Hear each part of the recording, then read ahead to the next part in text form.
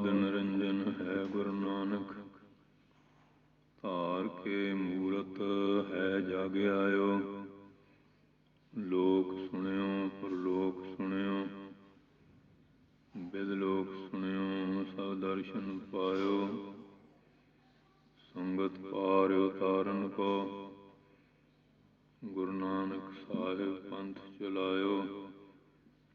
ਵਾਹਿਗੁਰੂ ਸ੍ਰੀ ਗੁਰੂ ਨਾਨਕ ਸਾਹਿਬ, ਧਾਰ ਕੇ ਮੂਰਤ ਹੈ ਜਗ ਆਇਓ।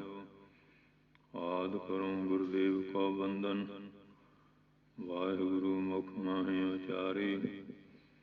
ਦੋਇ ਕਰ ਜੋਰ ਕਰੋ ਚਰਣਾ ਪਰ, ਜਉ ਸਦਾ ਗੁਰ ਕੋ ਬਲਿਹਾਰੀ। ਕਾਨ ਸੁਨੈ ਉਪਮਾ ਗੁਰ ਕੀ, ਗੁਰਮੂਰਤ ਧਿਆਨ ਹਿਰਦੈ ਮਹਿ ਧਾਰੀ। ਵਾਹਿਗੁਰੂ ਸ੍ਰੀ ਗੁਰੂ ਨਾਨਕ ਸਾਹਿਬ, ਸੇਵਕ ਸਰਣ ਗਹੀ ਦਰਬਾਰੀ। ਡੰਡੋਤ ਬੰਧਨ ਅਨਕ ਵਾਰ, ਸਰਬ ਕਲਾ ਸਮਰੱਥ। ਡੋਲਨ ਤੇ ਰਾਖੋ ਪ੍ਰਭੂ, ਨਾਨਕ ਦੇ ਕਰ ਹੱਥ। ਗਿਆਨ ਅੰਜਨ ਗੁਰ ਦੀਆ, ਅਗਿਆਨ ਅੰਧੇਰ ਬਨਾਸ। ਹਰ ਕਿਰਪਾ ਤੇ ਸੰਤ ਭੇਟਿਆ, ਨਾਨਕ ਮਨ ਪਰਗਾਸ। ਮੂਹ ਉਚਰੈ ਸ਼ਾਸਤਰ ਘਾਟ, ਪਿੰਗ ਗਿਰਨ ਚੜ ਜਾਏ। ਅੰਧ ਲਖੈ ਬਦਰੋ ਸੁਨੈ, ਜੋ ਕਾਲ ਕਿਰਪਾ ਕਰਾਏ। ਗੁਰੂ ਨਾਨਕ ਪੁਰਸ਼ੋਤਮੰ, ਪਰਮ ਪੁਰਾਵਰਨਾਥ। ਜੁਗਲ ਚਰਨ ਮਮ ਬੰਦਨਾ, ਧਰ ਕਰ ਧਰ ਪਰਮਾਥ। ਗੁਰੂ ਨਾਨਕ ਸੁਖ ਸਿੰਧੁ ਕੋ, ਹਾਥ ਜੋਰ ਪ੍ਰਣਾਮ। ਜਿਸ ਕਰਣਾ ਤੇ ਵਡਿਆਗੀ, ਪਾਵਹਿ ਗਤ ਵਿਸ਼ਰਾਮ। ਸਤਨਾਮ ਸ੍ਰੀ ਵਾਹਿਗੁਰੂ ਸਾਹਿਬ ਜੀ। ਰਾਮ ਕਲੀ ਮਹੱਲਾ ਪੰਜਵਾ। ਆਵਤ ਹਰਖ ਨ ਜਾਵਤ ਦੁਖਾ, ਨਹਿ ਵਿਆਪੈ ਮਨ ਰੋਗਨੀ। ਸਦਾ ਆਨੰਦ ਗੁਰ ਪੂਰਾ ਪਾਇਆ, ਤਾਂ ਉਤਰੀ ਸਗਲ ਬਿਯੋਗਨੀ। ਆਵਤ ਹਰਖ ਨ ਜਾਵਤ ਦੁਖਾ, ਨਹਿ ਵਿਆਪੈ ਮਨ ਰੋਗਨੀ। ਸਦਾ ਆਨੰਦ ਗੁਰ ਪੂਰਾ ਪਾਇਆ, ਤਾਂ ਉਤਰੀ ਸਗਲ ਬਿਯੋਗਨੀ। ਇਹ ਬਿਦ ਹੈ ਮਨ ਜੋਗਨੀ, ਮੋਹ ਸੋਗ ਰੋਗ ਲੋਗ ਨਾ ਵਿਆਪੈ। ਤਹਿ ਹਰਿ ਹਰਿ ਹਰਿ ਰਸ ਭੋਗਨੀ। ਰਹਾਉ ਸੁਰਗ ਪਵਿੱਤਰਾ ਮਿਰਤ ਪਵਿੱਤਰਾ, ਭਇਆਲ ਪਵਿੱਤਰ ਅਲੋਗਨੀ। ਆਗਿਆਕਾਰੀ ਸਦਾ ਸੁਖ ਪੁੰਚੈ, ਜਤ ਕਤ ਪੇਖੋ ਹਰਿ ਗੁਣੀ। ਨਹਿ ਸਿਵ ਸਗਤੀ ਜਲ ਨਹੀਂ ਪਵਣਾ, ਤਹਿ ਅੰਗਾਰ ਨਹੀਂ ਮੇਦਨੀ। ਸਤਿਗੁਰ ਜੋਗ ਕਾ ਤਾਂ ਨਿਵਾਸਾ, ਜੈ ਅਵਗਤ ਨਾਥ ਅਗਮ ਧਨੀ। ਤਨ ਮਨ ਹਰਿ ਕਾ ਧਨ ਸਭ ਹਰਿ ਕਾ, ਹਰਿ ਕੇ ਗੁਣ ਹੋ ਕਿਆ ਗਣੀ। ਕਹੋ ਨਾਨਕ ਹਮ ਤੁਮ ਗੁਰ ਕੋਈ ਹੈ, ਅੰਬੈ ਅੰਬ ਮਿਲੋਗਨੀ। ਤਨ ਮਨ ਹਰਿ ਕਾ ਧਨ ਸਭ ਹਰਿ ਕਾ, ਹਰਿ ਕੇ ਗੁਣ ਹੋ ਕਿਆ ਗਨੀ। ਕਹੋ ਨਾਨਕ ਹਮ ਤੁਮ ਗੁਰ ਕੋਈ ਹੈ, ਅੰਬੈ ਅੰਬ ਮਿਲੋਗਨੀ। ਵਾਹਿਗੁਰੂ ਜੀ ਕਾ ਖਾਲਸਾ, ਵਾਹਿਗੁਰੂ ਜੀ ਕੀ ਫਤਿਹ। ਪਰਮ ਪਵਿੱਤਰ ਸਤਿਗੁਰਾਂ ਦੀ ਸਾਜੀ ਨਵਾਜੀ ਗੁਰੂ ਰੂਪ ਸਾਧ ਸੰਗਤ ਜੀਓ, ਆਪ ਵੱਡਿਆਂ ਭਾਗਾਂ ਵਾਲੇ ਹੋ, ਜਿਨ੍ਹਾਂ ਦੇ ਸਤਿਗੁਰੂ ਜੀ ਨੇ ਮਹਾਨ ਬਖਸ਼ਿਸ਼ ਕਿਰਪਾ ਕੀਤੀ ਹੈ। ਗੁਰੂ ਘਰ ਆਉਣ ਦਾ ਉਦਮ ਪੁਰਸ਼ਾਰਥ ਬਖਸ਼ਿਸ਼ ਕੀਤਾ ਹੈ। ਸਤਿਗੁਰੂ ਜੀ ਦੇ ਪਾਵਨ ਸਥਾਨ ਦੀ ਚੱਲ ਰਹੀ ਮਰਜ਼ਾਦਾ ਦੇ ਅਨੁਸਾਰ ਅੰਮ੍ਰਿਤ ਵੇਲੇ ਮਹਾਰਾਜ ਦੇ ਸੋਹਣੇ ਪ੍ਰਕਾਸ਼ ਦੀ ਸੇਵਾ, ਪੰਜ ਬਾਣੀਆਂ ਦਾ ਨਿਤਨੇਮ, ਸ਼੍ਰੀ ਆਸਾ ਜੀ ਦੀ ਵਾਰ ਦਾ ਸੰਪੂਰਨ ਕੀਰਤਨ ਹਰ ਜਸ ਔਰ ਚੱਲ ਰਹੀ ਲੜੀਵਾਰ ਰਾਮਕਲੀ ਰਾਗ ਵਿੱਚ 853 ਅੰਗ ਤੇ ਜੋ ਕਥਾ ਪਹੁੰਚੀ ਹੈ, ਆਪ ਸ਼ਰਵਣ ਕਰਕੇ ਸਮਾਂ ਸਫਲ ਬਣਾਉਂਦੇ ਹੋ। ਅੰਮ੍ਰਿਤ ਵੇਲੇ ਗੁਰੂ ਮਹਾਰਾਜ ਦੀ ਪਾਵਨ ਬਾਣੀ ਦੀ ਲੜੀਵਾਰ ਕਥਾ ਪਿਛਲੇ ਪਹਿਰਾਂ ਵਿਖੇ ਗੁਰ ਇਤਿਹਾਸ ਦੀ ਵਿਚਾਰ ਸਮੇਂ ਨਾਲ ਅੰਮ੍ਰਿਤ ਰੂਪ ਪਾਵਨ ਬਾਣੀ ਦਾ ਕੀਰਤਨ ਆਪ ਸਰਵਣ ਕਰਕੇ ਸਮਾਂ ਸਫਲ ਬਣਾਉਂਦੇ ਹੋ। ਗੁਰੂ ਮਹਾਰਾਜ ਨੇ ਸ਼ਬਦ ਦੀ ਵਿਚਾਰਧਾਰਾ ਦੇ ਅੰਦਰ ਕੁਝ ਵਿਚਾਰਾਂ ਕਰਦਿਆਂ ਹੋਇਆਂ ਇਸ਼ਾਰੇ ਦਿੱਤੇ ਹੈ। ਮੂਲ ਤੱਤਵੇ ਸਿਧਾਂਤ ਕਿ ਜਿਹੜਾ ਗੁਰੂ ਕੇ ਬਚਨ ਵਿੱਚ ਹੁਕਮ ਵਿੱਚ ਆ ਜਾਂਦਾ ਹੈ, ਜਿਸ ਤਰ੍ਹਾਂ ਪਾਣੀ ਵਿੱਚ ਪਾਣੀ ਮਿਲ ਕੇ ਅਭੇਦ ਸਰੂਪ ਹੋ ਜਾਂਦਾ ਹੈ, ਇਸੇ ਤਰ੍ਹਾਂ ਗੁਰਮੁਖ ਪਿਆਰੇ ਨਾਮ ਬਾਣੀ ਦਾ ਅਭਿਆਸ ਕਰਦੇ ਹੋਏ ਜਦੋਂ ਅੰਦਰੋਂ ਹਉਮੈ ਵਾਲਾ ਭਾਵ ਖਤਮ ਹੋ ਜਾਂਦਾ ਹੈ, ਫਿਰ ਇਸ ਦਾ ਪਰਮਾਤਮਾ ਨਾਲ ਮਿਲਾਪ ਹੋ ਜਾਂਦਾ ਹੈ। ਕਿਉਂਕਿ ਹਉਮੈ ਜਿਹੜੀ ਇਹ ਪਰਮਾਤਮਾ ਤੋਂ ਦੂਰ ਲਈ ਜਾ ਰਹੀ ਹੈ, ਕਈ ਰੂਪਾਂ ਵਿੱਚ ਵਰਤ ਰਹੀ ਹੈ। ਮਾਇਆ ਵਿਆਪਤ ਅਨੇਕ ਪ੍ਰਕਾਰੀ, ਇੱਕ ਤਰ੍ਹਾਂ ਦੀ ਨਹੀਂ। ਜੜ ਚੇਤਨ ਰੂਪ ਵਿੱਚ ਕਈ ਤਰ੍ਹਾਂ ਦੇ ਪ੍ਰਭਾਵ ਮਾਇਆ ਦੇ ਹਨ। ਇਹਦੇ 3 ਗੁਣ ਹੈ, ਇਹਦੇ ਅੰਦਰ 25 ਪ੍ਰਕਿਰਤੀਆਂ ਹਨ, 5 ਤੱਤ ਵਗੈਰਾ, ਤੱਤਾਂ ਦੇ ਸੂਖਸ਼ਮ ਵਿਸ਼ੇ ਜਿਹੜੇ ਆ, ਸ਼ਬਦ ਸਪਰਸ਼ ਰੂਪ ਰਸਗੰਧ ਵਗੈਰਾ, ਔਰ ਇਸੇ ਅੰਦਰ ਇਹ ਸਾਰਾ ਸੰਸਾਰ ਜਿਹੜਾ ਜੜ ਚੇਤਨ ਰੂਪ ਨਜ਼ਰ ਆ ਰਿਹਾ, ਇਹ ਮਾਇਆ ਦਾ ਹੀ ਪਸਾਰਾ ਹੈ। ਬਲਕਿ ਮਾਇਆ ਜਿਹੜੀ ਜਿਸ ਉਦਰ ਤੇ ਸਮਾਇਆ, ਜਿਹਨੂੰ ਪੇਟ ਲੱਗਾ ਉਹ ਅੰਦਰ ਉਹਦੇ ਕੋਈ ਨਾ ਕੋਈ ਖੁਆਇਸ਼ ਬਣੀ ਰਹਿੰਦੀ ਹੈ। ਸੋ ਇਸ ਵਾਸਤੇ ਜਿਵੇਂ ਜਿਵੇਂ ਫਿਰ ਨਿਰੰਕਾਰ ਪਰਮੇਸ਼ਰ ਦੇ ਪਾਸੇ ਤੁਰਦਾ ਹੈ, ਉਹਦੇ ਜਿਹੜੇ ਜੁਗਤੀਆਂ ਵਿਚਾਰਾਂ, ਜਿਸ ਤਰ੍ਹਾਂ ਸਿਆਣਾ ਉਸਤਾਦ ਜਾਂ ਟੀਚਰ ਆ, ਉਹ ਵਿਦਿਆਰਥੀ ਉਹਦੀ ਕਲਾਸ ਭੇਦ ਦੇ ਨਾਲ ਉਸ ਦੀ ਪੜ੍ਹਾਈ, ਉਹਦਾ ਸਿਲੇਬਸ, ਉਸੇ ਤਰ੍ਹਾਂ ਦੀ ਸਿਕਸ਼ਾ, ਉਸੇ ਪ੍ਰਕਾਰ ਦੇ ਫਿਰ ਇਮਤਿਹਾਨ ਵਗੈਰਾ ਵੀ ਹੁੰਦੇ ਹਨ।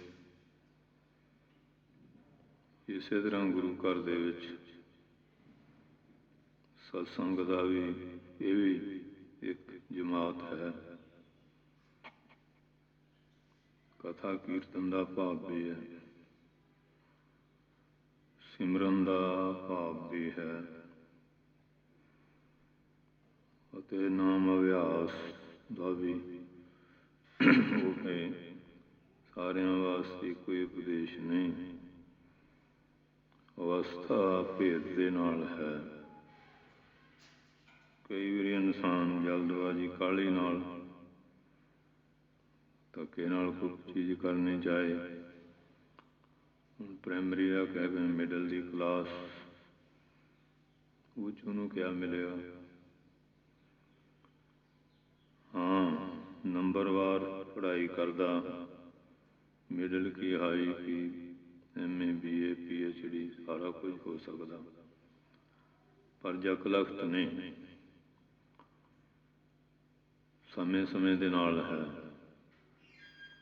ਇਸੇ ਤਰ੍ਹਾਂ ਕਈ ਲੋਕ ਬੜੀ ਕਾਹਲੀ ਕਰਦੇ ਆ ਵੀ ਸ਼ਾਇਦ ਇੱਕਦਮ ਅਸੀਂ ਪਰਮਾਤਮਾ ਨੂੰ ਪ੍ਰਾਪਤ ਕਰ ਲਵਾਂਗੇ। ਉਹ ਅਵਸਥਾ ਭੇਦ ਦੇ ਨਾਲ ਸਾਰੀਆਂ ਗੱਲਾਂ ਹੁੰਦੀਆਂ ਹਨ।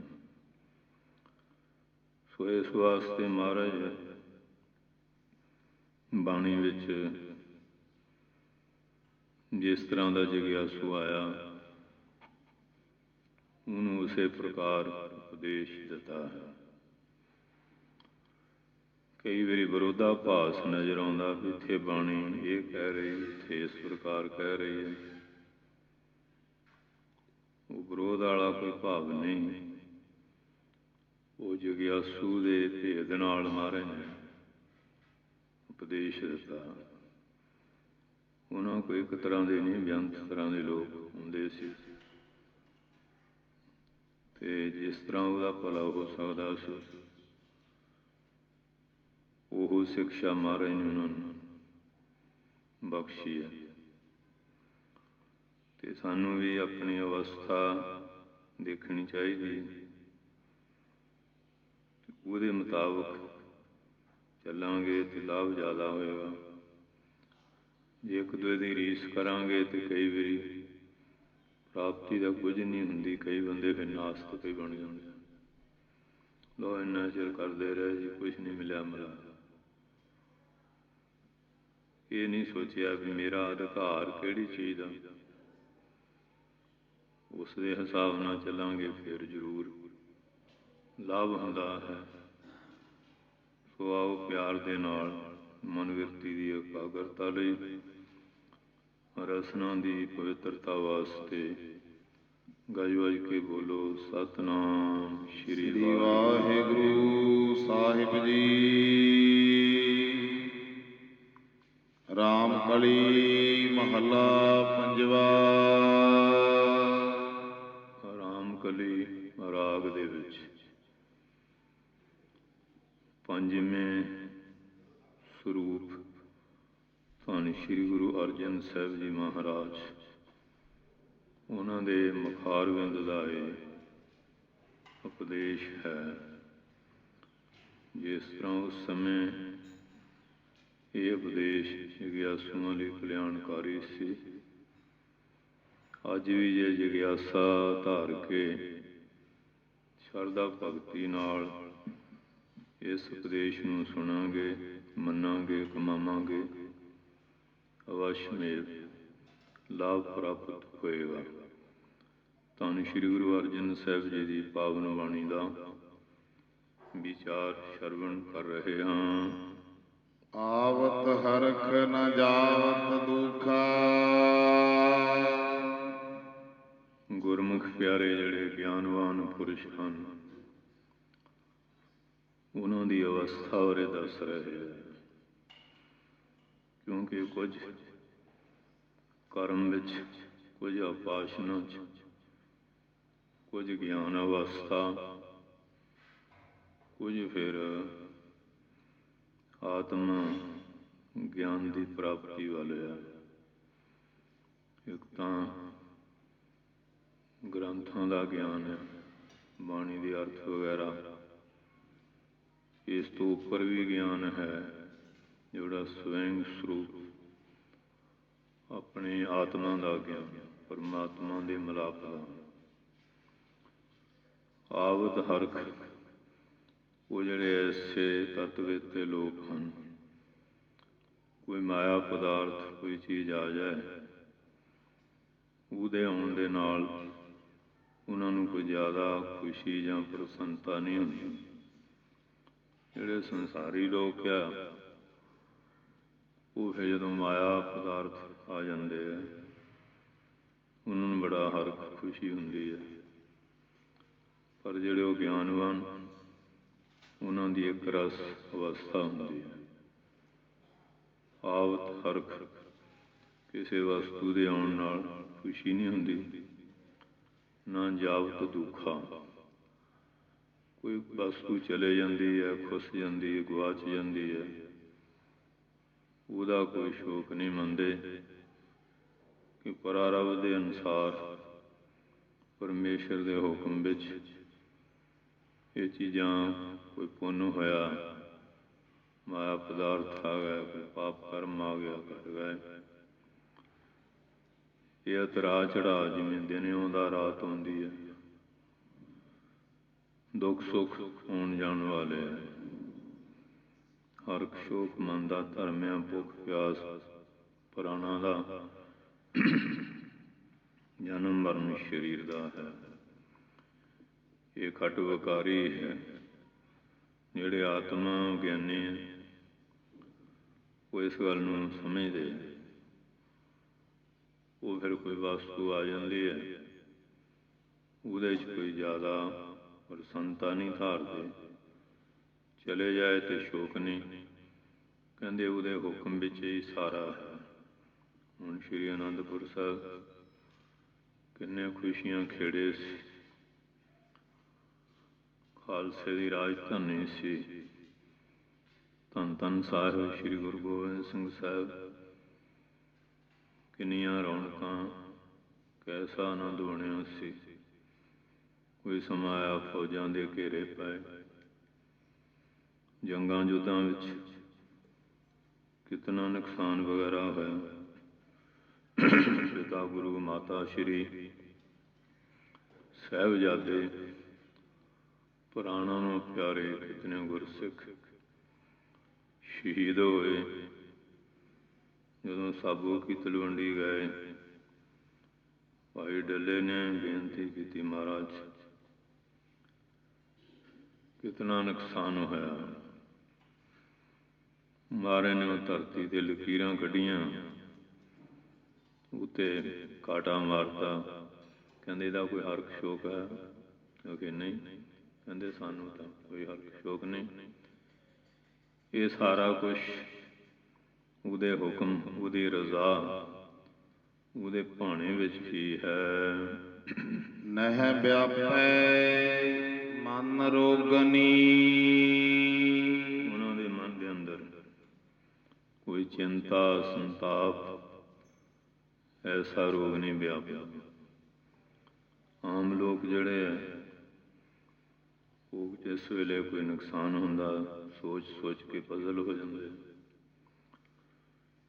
ਚਿੰਤਾ ਦੇ ਵਿੱਚ ਗ੍ਰਸੇ ਜਾਂਦੇ, ਮਨ ਤੋਂ ਬੋਝ ਉਤਰਦਾ ਨਹੀਂ ਕਿ ਮੇਰੇ ਕੋਲ ਇੰਨੀ ਮਾਇਆ ਹੁੰਦੀ ਸੀ, ਹੁਣ ਮੈਂ ਕੰਗਾਲ ਹੋ ਗਿਆ ਜਾਂ ਉਜੜ ਗਿਆ। ਤੇ ਮਹਾਰਾਜ ਸੱਚੇ ਪਾਤਸ਼ਾਹ ਕਹਿੰਦੇ, ਉਹ ਜਿਹੜੇ ਗਿਆਨਵਾਨ ਲੋਕ ਹਨ, ਉਹਨਾਂ ਦੇ ਮਨ ਵਿੱਚ ਐਸਾ ਕੋਈ ਚਿੰਤਾ, ਹਰਖ ਸ਼ੋਕ ਰੂਪੀ ਰੋਗ ਨਹੀਂ ਵਿਆਪਦਾ। ਉਹਨਾਂ ਦੀ ਅਵਸਥਾ ਇੱਕ ਰਸ ਰਹਿੰਦੀ ਹੈ।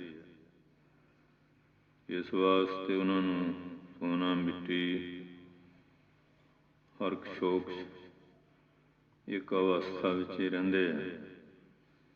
ਕਿਉਂਕਿ ਉਹਨਾਂ ਦੀ ਟੇਕ ਨਾ ਕਿਸ ਜਨਮੈ ਨਾ ਕਿਛ ਮਰੈ, ਆਪਨ ਚਲਿਤ ਆਪ ਹੀ ਕਰੈ। ਆਨੰਦ ਸਰੂਪ 'ਚ ਉਹ ਵੀ ਇੱਕ ਦਿਨ ਸੀ ਜਦੋਂ ਧੰਨ ਧੰਨ ਸਾਹਿਬ ਸ਼੍ਰੀ ਗੁਰੂ ਅਰਜਨ ਸਾਹਿਬ ਜੀ ਦੇ ਸੀਸ 'ਤੇ ਚੌਰ ਝੁੱਲ ਰਹੇ ਸੀ। ਇੱਕ ਦਿਨ ਐਸਾ ਸਮਾਂ ਸੀ, ਤਤੀ ਤਵੀ 'ਤੇ ਸੀਸ ਵਿੱਚ ਰੇਤ ਦੇ ਕੜਛੇ ਪੈ ਰਹੇ ਸੀ, ਪਰ ਮਹਾਰਾਜ ਆਪਣੀ ਅਵਸਥਾ ਵਿੱਚ ਇੱਕ ਰਸ ਰਹੇ। ਅਲਾਹ ਨੂੰ ਮੈਂ ਕਾਹੂ ਨਾ ਦਿਓ, ਮਨ ਮੀਠ ਤੁਹਾਰੋ ਕੀਓ। ਕਿਸ ਨੂੰ ਉਲਾਮਾ ਦਿੱਤਾ? ਕਹਿੰਦੇ ਪਰਮਾਤਮਾ ਦਾ ਹੁਕਮ ਨੂੰ ਅਸੀਂ ਮਿੱਠਾ ਜਾਣ ਕੇ ਮੰਨਦੇ ਹਾਂ। ਇਹ ਅਵਸਥਾ ਹੈ ਗਿਆਨਵਾਨ ਦੀ, ਕਿ ਜਿੰਨਾ ਸੰਸਾਰ ਹੈ ਉਹ ਅਵਸਥਾ ਦੀ ਗੱਲ ਤੇ ਕੋਈ ਵੀ ਕਰ ਲੈ, ਪਰਖ ਵੇਲੇ ਇਸ ਅਵਸਥਾ 'ਚ ਪੂਰੇ ਉਤਰਨਾ ਧੰਨ ਸ਼੍ਰੀ ਗੁਰੂ ਅਰਜਨ ਸਾਹਿਬ ਜੀ ਮਹਾਰਾਜ ਜਾਂ ਉਹਨਾਂ ਦੀ ਬਖਸ਼ਿਸ਼ ਵਾਲੇ ਜਿਹੜੇ ਗੁਰਸਿੱਖ ਉਹ ਹੀ ਪੂਰੇ ਉਤਰ ਸਕਦੇ ਹਨ। ਇਸ ਕਰਕੇ ਉਹਨਾਂ ਨੂੰ ਇਸ ਤਰ੍ਹਾਂ ਦਾ ਕੋਈ ਵੀ ਹਰਖ ਸ਼ੋਗ ਰੂਪੀ ਰੋਗ ਨਹੀਂ ਵਿਆਪਦਾ ਹੈ। ਸਦਾ ਆਨੰਦ ਗੁਰ ਪੂਰਾ ਪਾਇਆ, ਉਹ ਸਦਾ ਹੀ ਆਨੰਦ ਵਿੱਚ ਰਹਿੰਦੇ ਆ, ਕਿਉਂਕਿ ਪੂਰਾ ਗੁਰੂ ਪਾ ਲਿਆ। ਧੰਨ ਸ਼੍ਰੀ ਗੁਰੂ ਤੇਗ ਬਹਾਦਰ ਸਾਹਿਬ ਜੀ ਮਹਾਰਾਜ ਮਤੀ ਦਾਸ ਸਕੰਜੇ ਵਿੱਚ ਸਰੀਰ ਬੰਨ੍ਹਿਆ ਹੋਇਆ, ਆਰਾ ਫੇਰਨ ਦਾ ਹੁਕਮ ਹੋ ਗਿਆ ਜ਼ਾਲਮ ਸਰਕਾਰ ਵੱਲੋਂ, ਜਲਾਦ ਆ ਗਏ। ਅਕਸਰ ਇਨਸਾਨ ਦਾ ਹਿਰਦਾ ਉਹ ਵੀ ਕੰਬਦੇ ਆ ਕਿ ਅਸੀਂ ਨਿਰਦੋਸ਼ ਬੰਦਿਆਂ 'ਤੇ ਆਰਾ ਫੇਰਨ ਲੱਗੇ ਹਾਂ। ਢਿੱਡ ਦੇ ਅਧੀਨ ਹੋਏ ਹੋਏ ਰੋਜ਼ੀ ਦੇ ਬਾਦਸ਼ਾਹ ਦੇ ਹੁਕਮ 'ਚ ਅਸੀਂ ਚੰਗਾ ਨਹੀਂ ਗਲਤ ਕੰਮ ਕਰ ਰਹੇ ਹਾਂ, ਮਜਬੂਰ ਹੋਏ ਆ। ਉਹਨਾਂ ਦੇ ਵੀ ਅੱਖਾਂ 'ਚ ਅਥਰੂ ਆਉਂਦੇ ਆ। ਉਹ ਪੁੱਛਦੇ ਭਾਈ ਸਾਹਿਬ ਜੀ, ਉਹ ਕਹਿੰਦੇ ਤੁਸੀਂ ਆਪਣੇ ਮਾਲਕ ਦਾ ਹੁਕਮ ਮੰਨੀ ਜਾਓ, ਅਸੀਂ ਆਪਣੇ ਮਾਲਕ ਦੇ ਹੁਕਮ ਵਿੱਚ ਆਨੰਦ ਹਾਂ। ਇਹ ਉਹਦੇ ਹੁਕਮ 'ਚ ਹੀ ਹੈ। ਆਰਾ ਪਿਆਰਾ ਲਗਤ ਹੈ, ਕਾਰਾ ਕਰੋ ਬਨਾਏ, ਮੇਰਾ ਸਿਰ ਜਾਏ ਤਾਂ ਜਾਏ, ਸਿੱਖੀ ਸਿਦਕ ਨਾ ਜਾਏ। ਇਹ ਹੈ ਗੁਰਸਿੱਖ ਦੀ ਅਵਸਥਾ, ਜਿਹੜਾ ਉਹਦੇ ਨਾਲ ਭੇਦ ਹੋ ਗਿਆ। ਸਿੱਖ ਤਾਂ ਆਪਾਂ ਸਾਰੇ ਕਹਾਉਂਦੇ ਹਾਂ ਕਿ ਆਪਾਂ ਮਤੀ ਦਾਸ ਦੀ ਅਵਸਥਾ ਵਿੱਚ ਪੂਰੇ ਉਤਰ ਸਕਦੇ ਹਾਂ। ਸਿੱਖ ਕਹਾ ਲੈਣਾ ਬਹੁਤ ਵੱਡੀ ਗੱਲ ਨਹੀਂ। ਸਿੱਖੀ ਸਿਧਾਂਤ ਵਿੱਚ ਪਰਪੱਕ ਹੋ ਕੇ ਉਸ ਇਮਤਿਹਾਨ ਵਿੱਚ ਪੂਰੇ ਉਤਰਨਾ, ਫਿਰ ਪਤਾ ਲੱਗਦਾ। ਸਿੱਖ ਸਾਰੇ ਗੁਰਸਿੱਖ ਹਰੇਕ ਨਹੀਂ ਹੁੰਦਾ। ਜਿਸ ਨੇ ਗੁਰੂ ਦੀ ਸਿੱਖਿਆ ਦੇ ਅਨੁਕੂਲ ਜੀਵਨ ਬਣਾ ਕੇ ਉਸ ਇਮਤਿਹਾਨ ਨੂੰ ਪਾਸ ਕਰਕੇ ਗੁਰਸਿੱਖੀ ਦਾ ਪ੍ਰਮਾਣ ਪੱਤਰ ਲਿਆ ਹੈ। ਆਪਣੇ ਕੋਲ ਕੋਈ ਪ੍ਰਮਾਣ ਪੱਤਰ ਦੇ ਹਨ, ਕਸਵੱਟੀ ਕੋਈ ਝੱਲਣ ਨੂੰ ਹੈ ਤਿਆਰ, ਮਾੜਾ ਜਿਹਾ ਕਿਹਾ ਕਿ ਦੇ ਲਓ ਕਿ ਨੱਕ ਤੇ ਮੱਖੀ ਨਹੀਂ ਬਹਿਣ ਦੇਣੀ। ਪਰ ਉਹਨਾਂ ਗੁਰਸਿੱਖਾਂ ਨੇ ਕਸਵੱਟੀਆਂ ਝੱਲੀਆਂ ਔਰ ਪੂਰੇ ਉਤਰੇ ਰਹੇ। ਅਵਸਥਾ ਪੂਰੇ ਕਬੀਰ ਕਸੌਟੀ ਰਾਮ ਕੀ ਝੂਠਾ ਟਿਕਾ ਨਾ ਕੋਏ, ਰਾਮ ਕਸੌਟੀ ਸੋਸ ਹੈ ਜੋ ਮਰ ਜੀਵਾ ਹੋਏ। ਇੰਗਲੈਂਡ ਦੀ ਗੱਲ ਹੈ, ਕੋਈ ਸਿੱਖ ਰੋਜ਼ ਬਾਜ਼ਾਰ 'ਚ ਹੀ ਲੰਘਦਾ, ਜਟਾ ਜੂਟ ਹੈ। ਕੋਈ ਗੋਰੀ ਕੋਠੇ ਤੇ ਬੈਠੀ ਦੇਖਦੀ ਹੈ ਤੇ ਨਮਸਕਾਰ ਕਰਦੀ ਹੈ। ਉਹਦੇ ਮਨ 'ਚ ਕੋਈ ਐਸਾ ਭਾਵ ਕਿ ਸ਼ਾਇਦ ਮੈਂ ਇਹਦੇ ਮਨ ਪਸੰਦ ਹਾਂ, ਕਿ ਜੇ ਮੈਂ ਦਾੜੀ ਮੁੱਛ ਸਾਫ਼ ਕਰਾ ਦਿਆਂ ਫਿਰ ਜ਼ਿਆਦਾ ਮਨ ਪਸੰਦ ਹੋਵੇਗਾ। ਉਸ ਨੇ ਇੱਕ ਦਿਨ ਫਿਰ ਨਾਈ ਕੋਲ ਜਾ ਕੇ ਸਾਰਾ ਕੁਝ ਸਾਫ਼ ਕਰਾ ਦਿੱਤਾ। ਵੀ ਹੈਟ ਬਣ ਰੱਖ ਕੇ ਸਿਰ ਦੇ ਉੱਤੇ ਗੋਰਾ ਬਣ ਕੇ ਲੰਘਿਆ, ਇਹ ਗੋਰਿਆਂ ਦਾ ਦੇਸ਼। ਉਸ ਨੇ ਉਹਦੇ ਤੇ ਥੁੱਕਿਆ, ਕਹਿੰਦੇ ਮੈਂ ਤੇਰੇ ਗੰਦ ਮੂਤ ਦੇ ਭਾਂਡੇ ਤੂੰ ਲੱਡੂ ਨਹੀਂ ਸੀ, ਮੈਂ ਤੇਰਾ ਸਿੱਖੀ ਸਰੂਪ ਦੇਖ ਕੇ ਦਸਮ ਪਾਤਸ਼ਾਹ ਨਜ਼ਰ ਆਉਂਦਾ ਸੀ, ਉਹਨੂੰ ਮੱਥਾ ਟੇਕਦੀ ਸੀ। ਗੱਜ ਕੇ ਬੋਲੋ ਸਤਿ ਸ੍ਰੀ ਅਕਾਲ ਜੀ। ਸਾਡੀ ਸੋਚ ਕਿੱਥੇ ਹੈ? ਦੁਨੀਆ ਕੀ ਸੋਚਦੀ ਸਿੱਖ ਨੂੰ ਦੇਖ ਕੇ? ਕਈ ਪ੍ਰਚਾਰਕ ਗਏ, ਉੱਥੇ ਜਾ ਕੇ ਮੂੰਹ ਸਿਰ ਮਨਾ ਕੇ ਆ ਗਏ ਸੀ ਸਿੱਖੀ ਦਾ ਪ੍ਰਚਾਰ ਕਰਨ। ਉਹਨਾਂ ਦਾ ਨਾਮ ਵੀ ਬੜਾ ਸੀ ਪਰ ਪੂਰੇ ਨਹੀਂ ਉਤਰ ਸਕੇ, ਕਿਉਂਕਿ ਕਮਾਈ ਹੈ ਨਹੀਂ, ਗੱਲਾਂ ਕਰਨੀਆਂ ਸਿੱਖ ਲਈਆਂ। ਕਮਾਈ ਤੋਂ ਬਿਨਾਂ, ਕਸਵੱਟੀ ਝੱਲੇ ਤੋਂ ਬਿਨਾਂ ਉਸ ਆਤਮਾ ਗਿਆਨ ਨੂੰ ਪ੍ਰਾਪਤ ਕੀਤੇ ਬਿਨਾਂ ਦ੍ਰਿੜਤਾ ਹੁੰਦੀ ਨਹੀਂ। ਸੇਵਾ ਵੀ ਨਹੀਂ ਕੀਤੀ, ਸਿਮਰਨ ਵੀ ਨਹੀਂ ਕੀਤਾ, ਕਿਸੇ ਦੀ ਕਸਵੱਟੀ ਵੀ ਨਹੀਂ ਚੱਲੀ, ਸਿਰਫ 4 ਕਿਤਾਬਾਂ ਪੜ੍ਹ ਕੇ ਗੱਲਾਂ ਕਰਨੀਆਂ ਸਿੱਖ ਲਈਆਂ। ਜਦੋਂ ਇਹ ਕਸਵੱਟੀ ਲੱਗਦੀ, ਪੂਰੇ ਉਤਰਨਾ ਬੜਾ ਔਖਾ ਹੈ। ਇਸ ਵਾਸਤੇ ਮਹਾਰਾਜ ਕਹਿੰਦੇ ਉਹਨਾਂ ਨੂੰ ਕਿਸੇ ਤਰ੍ਹਾਂ ਦਾ ਹਉਮੈ ਰੂਪੀ ਰੋਗ ਵਗੈਰਾ ਨਹੀਂ ਵਿਆਪਦਾ ਹੈ, ਇੱਕ ਰਸ ਅਵਸਥਾ ਵਿੱਚ ਰਹਿੰਦੇ ਹਨ। ਸਦਾ ਆਨੰਦ ਗੁਰ ਪੂਰਾ ਪਾਇਆ। ਪੂਰਾ ਗੁਰੂ ਪਾ ਲਿਆ। ਗੁਰੂ ਤਾਂ ਪੂਰਾ ਹੀ ਆ, ਅਧੂਰੇ ਤਾਂ ਆਪਾਂ ਹੀ ਹਨ। ਪੂਰਾ ਗੁਰੂ ਪਾ ਕੇ, ਪੂਰੇ ਗੁਰੂ ਨੂੰ ਮਿਲ ਕੇ, ਉਹਦੇ ਉਪਦੇਸ਼ਾਂ ਤੇ ਚੱਲ ਕੇ ਪੂਰਨ ਅਵਸਥਾ ਪਾ ਲਈ, ਪੂਰੀ ਅਵਸਥਾ ਪਾ ਲਈ। ਤੇ ਫਿਰ ਉਹ ਪੂਰੇ ਗੁਰੂ ਨੂੰ ਪਾਇਆ ਤੇ ਪੂਰੇ ਗੁਰੂ ਤੋਂ ਪੂਰਾ ਜਿਹੜਾ ਆਤਮਾ ਗਿਆਨ ਸੀ ਉਹਨੂੰ ਪਾ ਲਿਆ। ਬਾਕੀ ਗਿਆਨ ਤਾਂ ਸਾਰੇ ਅਧੂਰੇ ਆ। ਇੱਕ ਆਪਣੀ ਆਤਮਾ ਦਾ ਗਿਆਨ ਹੀ ਸੰਪੂਰਨ ਗਿਆਨ ਹੈ।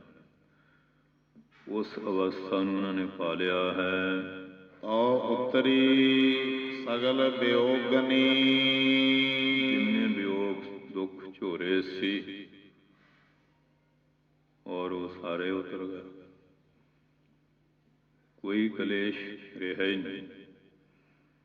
ਧੰਨ ਧੰਨ ਬਾਬਾ ਖੁਦਾਸ ਸਿੰਘ ਜੀ ਮਹਾਰਾਜ ਬਹੁਰੰਗਾ ਫਕੀਰ ਕਹਿਣ ਲੱਗਾ, ਮਹਾਰਾਜ ਸੁਖਮਣੀ 'ਚ ਲਿਖਿਆ, ਤੈਸਾ ਅੰਮ੍ਰਿਤ ਐਸੀ ਬਿਖ ਖੱਟੀ। ਕੋਈ ਐਸਾ ਵੀ ਮਹਾਤਮਾ ਹੈ? ਕਹਿਣ ਲੱਗੇ, ਗੁਰੂ ਨਾਨਕ ਸਾਹਿਬ ਦਾ ਪੰਥ ਆ, ਕੋਈ ਬੀਜਨਾਸ ਥੋੜ੍ਹੀ ਹੈ।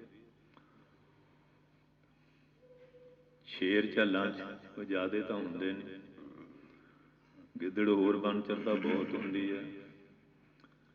ਇਹ ਨਹੀਂ ਹੁੰਦਾ ਕਿ ਜੰਗਲ ਸ਼ੇਰਾਂ ਤੋਂ ਬਿਲਕੁਲ ਖਾਲੀ ਹੋ ਜਾਏ, ਕੋਈ ਨਾ ਕੋਈ ਤਾਂ ਹੁੰਦਾ ਹੀ ਹੈ। ਗੁਡੋਏ ਖਾਣ ਵਾਲੇ ਤਾਂ ਸੱਪ ਬਹੁਤ ਹੈ, ਸ਼ੇਸ਼ਨਾਗ ਵੀ ਕੋਈ ਨਾ ਕੋਈ ਤਾਂ ਹੈਗਾ ਹੀ ਆ। ਇਸ ਤਰ੍ਹਾਂ ਅਧੂਰੇ ਵੀ ਆ, ਕੋਈ ਨਾ ਕੋਈ ਪੂਰਾ ਵੀ ਜ਼ਰੂਰ ਹੁੰਦਾ ਹੈ। ਇਹ ਨਹੀਂ ਵੀ ਸਾਰੇ ਅਧੂਰੇ ਹੀ ਆ। ਕਹਿੰਦੇ ਲੈ ਆ ਫਿਰ ਚਾਰੇ ਸਾਂਖੀਏ ਤੂੰ ਧੂਰੇ ਤਾਰੇ, ਪਿਆਲੇ ਤਿਆਰ ਕਰ ਲੈ ਜ਼ਹਿਰ ਦੇ। 2 ਇੱਕ ਪੀ ਲਿਆ, ਲਿਟੇ ਹੋਏ ਗੋਡੇ ਦੇ ਪਿੰਜਣੀ ਰੱਖ ਕੇ ਲਿਟੇ ਲੁੜੀਆਂ ਪਾ ਰਹੇ। ਕਹਿੰਦੇ ਹਾਲੇ ਤਾਂ ਨਸ਼ਾ ਨਹੀਂ ਚੜਿਆ, ਲਿਆ ਦੂਆ ਵੀ ਪੀ ਗਏ। ਕਹਿੰਦੇ ਠੀਕ ਆ।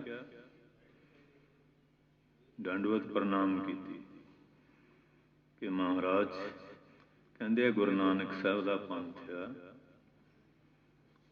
ਇਹ ਪੰਥ ਉਹਨਾਂ ਨੇ ਕਿੰਨੀ ਮਿਹਨਤ ਨਾਲ 239 ਸਾਲ ਲਾਏ ਸਿੱਖ ਨੂੰ ਸੰਪੂਰਨਤਾ ਦੇਣ ਵਾਸਤੇ। 10 ਗੁਰੂ ਸਾਹਿਬਾਂ ਨੇ ਇਸ ਕਰਕੇ ਦਾ ਬੀਜਨਾਸ ਨਹੀਂ।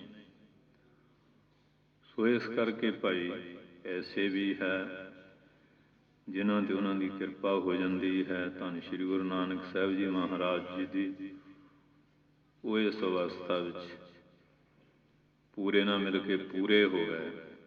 ਕਸਵੱਟੀ ਲੱਗਦੀ ਹੈ ਤੇ ਪੂਰਾ ਹੀ ਪੂਰਾ ਉਤਰਦਾ, ਅਧੂਰਾ ਥੋੜ੍ਹੀ ਪੂਰਾ ਉਤਰੇਗਾ। ਔਰ ਦੁਨੀਆ ਬਹੁਤ ਮਗਰ ਲੱਗ ਜਾਂਦੀ ਹੈ। ਠਾਠਾ ਵਾਗਾ ਜਲ ਜਲਾਓ, ਠਾਠਾ ਕਿੰਨਾ ਹੁੰਦਾ। ਜਿਹੜੇ ਕਸਵੱਟੀ ਲੱਗਦੀ ਹੈ ਤੇ ਫਿਰ ਨਿਕਲਿਆ ਬਾਅਦ ਵਿੱਚ ਕੁਛ ਵੀ ਨਹੀਂ। ਪਰ ਜਿਨ੍ਹਾਂ ਨੇ ਉਸ ਅਵਸਥਾ ਨੂੰ ਪਾਇਆ, ਉਹੀ ਇਸ ਕਸਵੱਟੀ ਨੂੰ ਚੱਲਦੇ, ਉਹੀ ਪੂਰੇ ਉਤਰਦੇ ਹਨ। ਇਹ ਬਿਦ ਹੈ ਮਨ ਜੋਗਨੀ।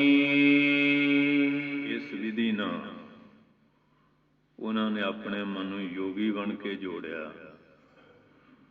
ਉਹ ਕੋਈ ਬੀਨ ਵਜਾ ਕੇ ਸੱਪ ਕੱਢਣ ਵਾਲੇ ਯੋਗੀ ਨਹੀਂ, ਪਰਮਾਤਮਾ ਦੇ ਚਰਨਾਂ ਨਾਲ ਜੁੜਨ ਵਾਲੇ ਯੋਗੀ। ਚਿੱਤ ਦੀਆਂ ਬਿਰਤੀਆਂ ਨੂੰ ਵਿਕਾਰਾਂ ਵੱਲੋਂ ਰੋਕ ਕੇ ਆਤਮਾ ਪਰਮਾਤਮਾ ਨਾਲ ਜੋੜਿਆ। ਇਸ ਤਰ੍ਹਾਂ ਦੇ ਉਹ ਗੁਰਸਿੱਖ ਯੋਗੀ ਹਨ। ਮੋਹ ਸੋਗ ਰੋਗ ਲੋਭ ਨਾ ਵਿਆਪੈ। ਐਸਾ ਵੀ ਨਹੀਂ ਕੰਨਾਂ 'ਚ ਕੋਈ ਬਲੌਰ ਦੀਆਂ ਮੁੰਦਰਾਂ ਪਾ ਲਈਆਂ, ਐਸੇ ਯੋਗੀ ਜਾਂ ਜਟਾਂ ਵਧਾ ਲਈਆਂ, ਪਿੰਡੇ ਨੂੰ ਭਭੂਤਾ ਮਲ ਲਿਆ, ਕਰੂਪ ਕਰ ਲਿਆ, ਐਸਾ ਵੀ ਨਹੀਂ। ਉਹ ਕੈਸੇ ਯੋਗੀ ਹੈ? ਫਿਰ ਪੜੋ। ਮੋਹ ਸੋਗ ਰੋਗ ਲੋਭ ਨਾ ਵਿਆਪੈ। ਨਾ ਤਾਂ ਉਹਨਾਂ ਨੂੰ ਪਦਾਰਥਾਂ ਦਾ ਮੋਹ, ਨਾ ਲੋਭ ਆ, ਨਾ ਸੋਗ ਆ। ਪੰਜਾਂ ਵਿਕਾਰਾਂ ਚੋਂ ਕੋਈ ਵਿਕਾਰ ਵੀ ਉਹਨਾਂ ਨੂੰ ਵਿਆਪਦਾ ਨਹੀਂ। ਇੰਦਰੇ ਜਿੱਤ, ਮਨ ਬੁੱਧੀ ਨੂੰ ਕਾਬੂ ਕਰਨ ਵਾਲੇ, ਆਤਮਾ ਵਿਸ਼ਵਾਸ ਔਰ ਆਤਮਾ ਗਿਆਨੀ, ਸਤਿਗੁਰਾਂ ਦੇ ਭਰੋਸੇ ਤੇ ਪਰਪੱਕ ਰਹਿਣ ਵਾਲੇ ਹਨ। ਤਹ ਹਰ ਹਰ ਹਰ ਰਸ ਭੋਗਨੀ। ਉਸ ਅਵਸਥਾ ਵਿੱਚ ਪਹੁੰਚ ਗਏ, ਹਰੀ ਨਿਰੰਕਾਰ ਦਾ ਜਾਪ ਕਰਕੇ ਹਰੀ ਦੇ ਰਸ ਦਾ ਜਿਹੜਾ ਆਨੰਦ ਹੈ ਉਹਨੂੰ ਭੋਗਣ ਵਾਲੇ ਬਣ ਗਏ। ਆਨੰਦ ਜੋ ਆਤਮਕ ਰੂਹਾਨੀ ਪਰਮਾਤਮਾ ਦੇ ਮਿਲਾਪ ਦਾ ਆਨੰਦ ਸੀ, ਉਸ ਨੂੰ ਭੋਗਣ ਵਾਲੇ ਬਣ ਗਏ। ਫਿਰ ਉਹਨਾਂ ਦੀ ਜ਼ੁਬਾਨ 'ਤੇ ਵੀ ਮਿੱਠਾ ਰਸ, ਆਪਣੇ ਸਰੀਰ ਵਿੱਚੋਂ ਵੀ ਉਹਨਾਂ ਨੂੰ ਖੁਸ਼ਬੂ ਆਉਣ ਲੱਗ ਜਾਂਦੀ। ਜਦੋਂ ਫੁੱਲ ਖਿੜ ਜਾਂਦਾ ਨਾ, ਡੋਡੀ ਬੰਦ ਹੁੰਦੀ ਹੈ, ਉਦੋਂ ਦਾ ਖੁਸ਼ਬੂ ਨਹੀਂ ਨਾ, ਜਿਲੇ ਖਿੜ ਜਾਂਦਾ ਚਾਰ ਚੁਫੇਰੇ ਮਹਿਕ ਖਿਲਾਰ ਦਿੰਦਾ।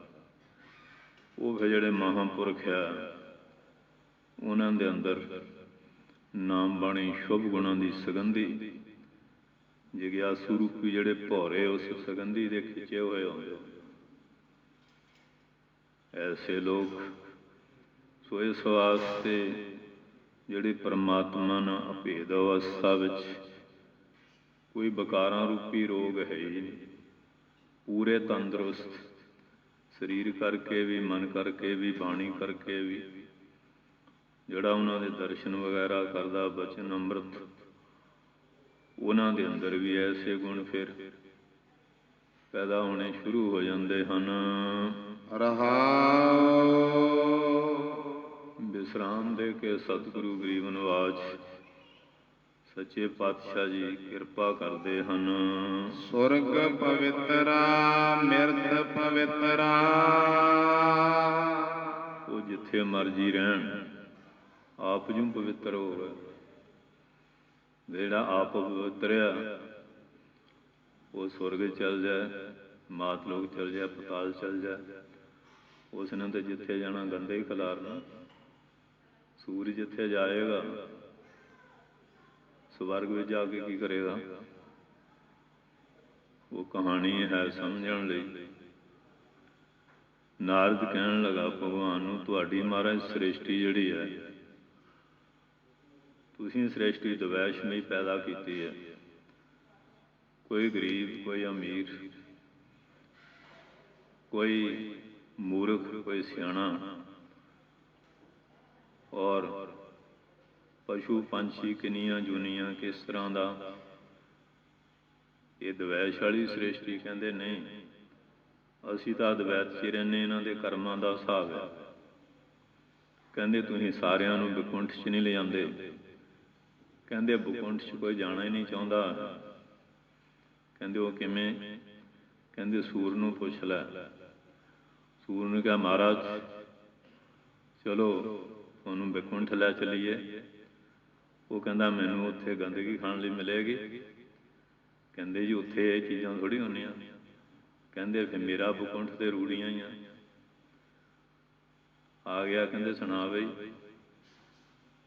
ਉਹ ਜਿੱਥੇ ਕੋਈ ਲੱਗਾ ਉਹਨੂੰ ਸਵਰਗ ਵਿਕੁੰਠ ਬਣਾ ਕੇ ਬੈਠਾ ਹੋਇਆ, ਪਰ ਜਿਹੜਾ ਗੁਰਮੁਖ ਉਹਦੀ ਅਵਸਥਾ ਵੱਖਰੀ। ਉਹ ਜਿੱਥੇ ਜਾਂਦਾ ਉਹ ਨਰਕ ਨੂੰ ਵੀ ਵਿਕੁੰਠ ਬਣਾ ਦਿੰਦਾ।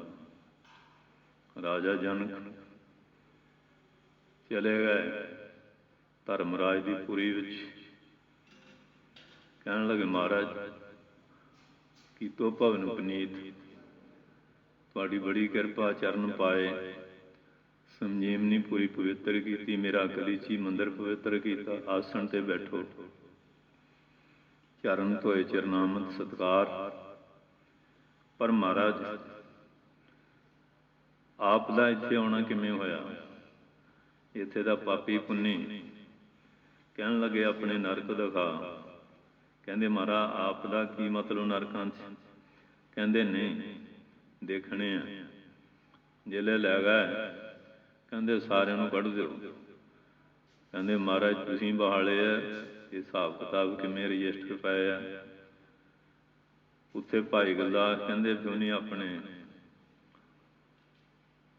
ਤਪ ਵਿੱਚੋਂ ਦੇ ਕੇ 18 ਨਰ ਖਾਲੀ ਕਰਤੇ।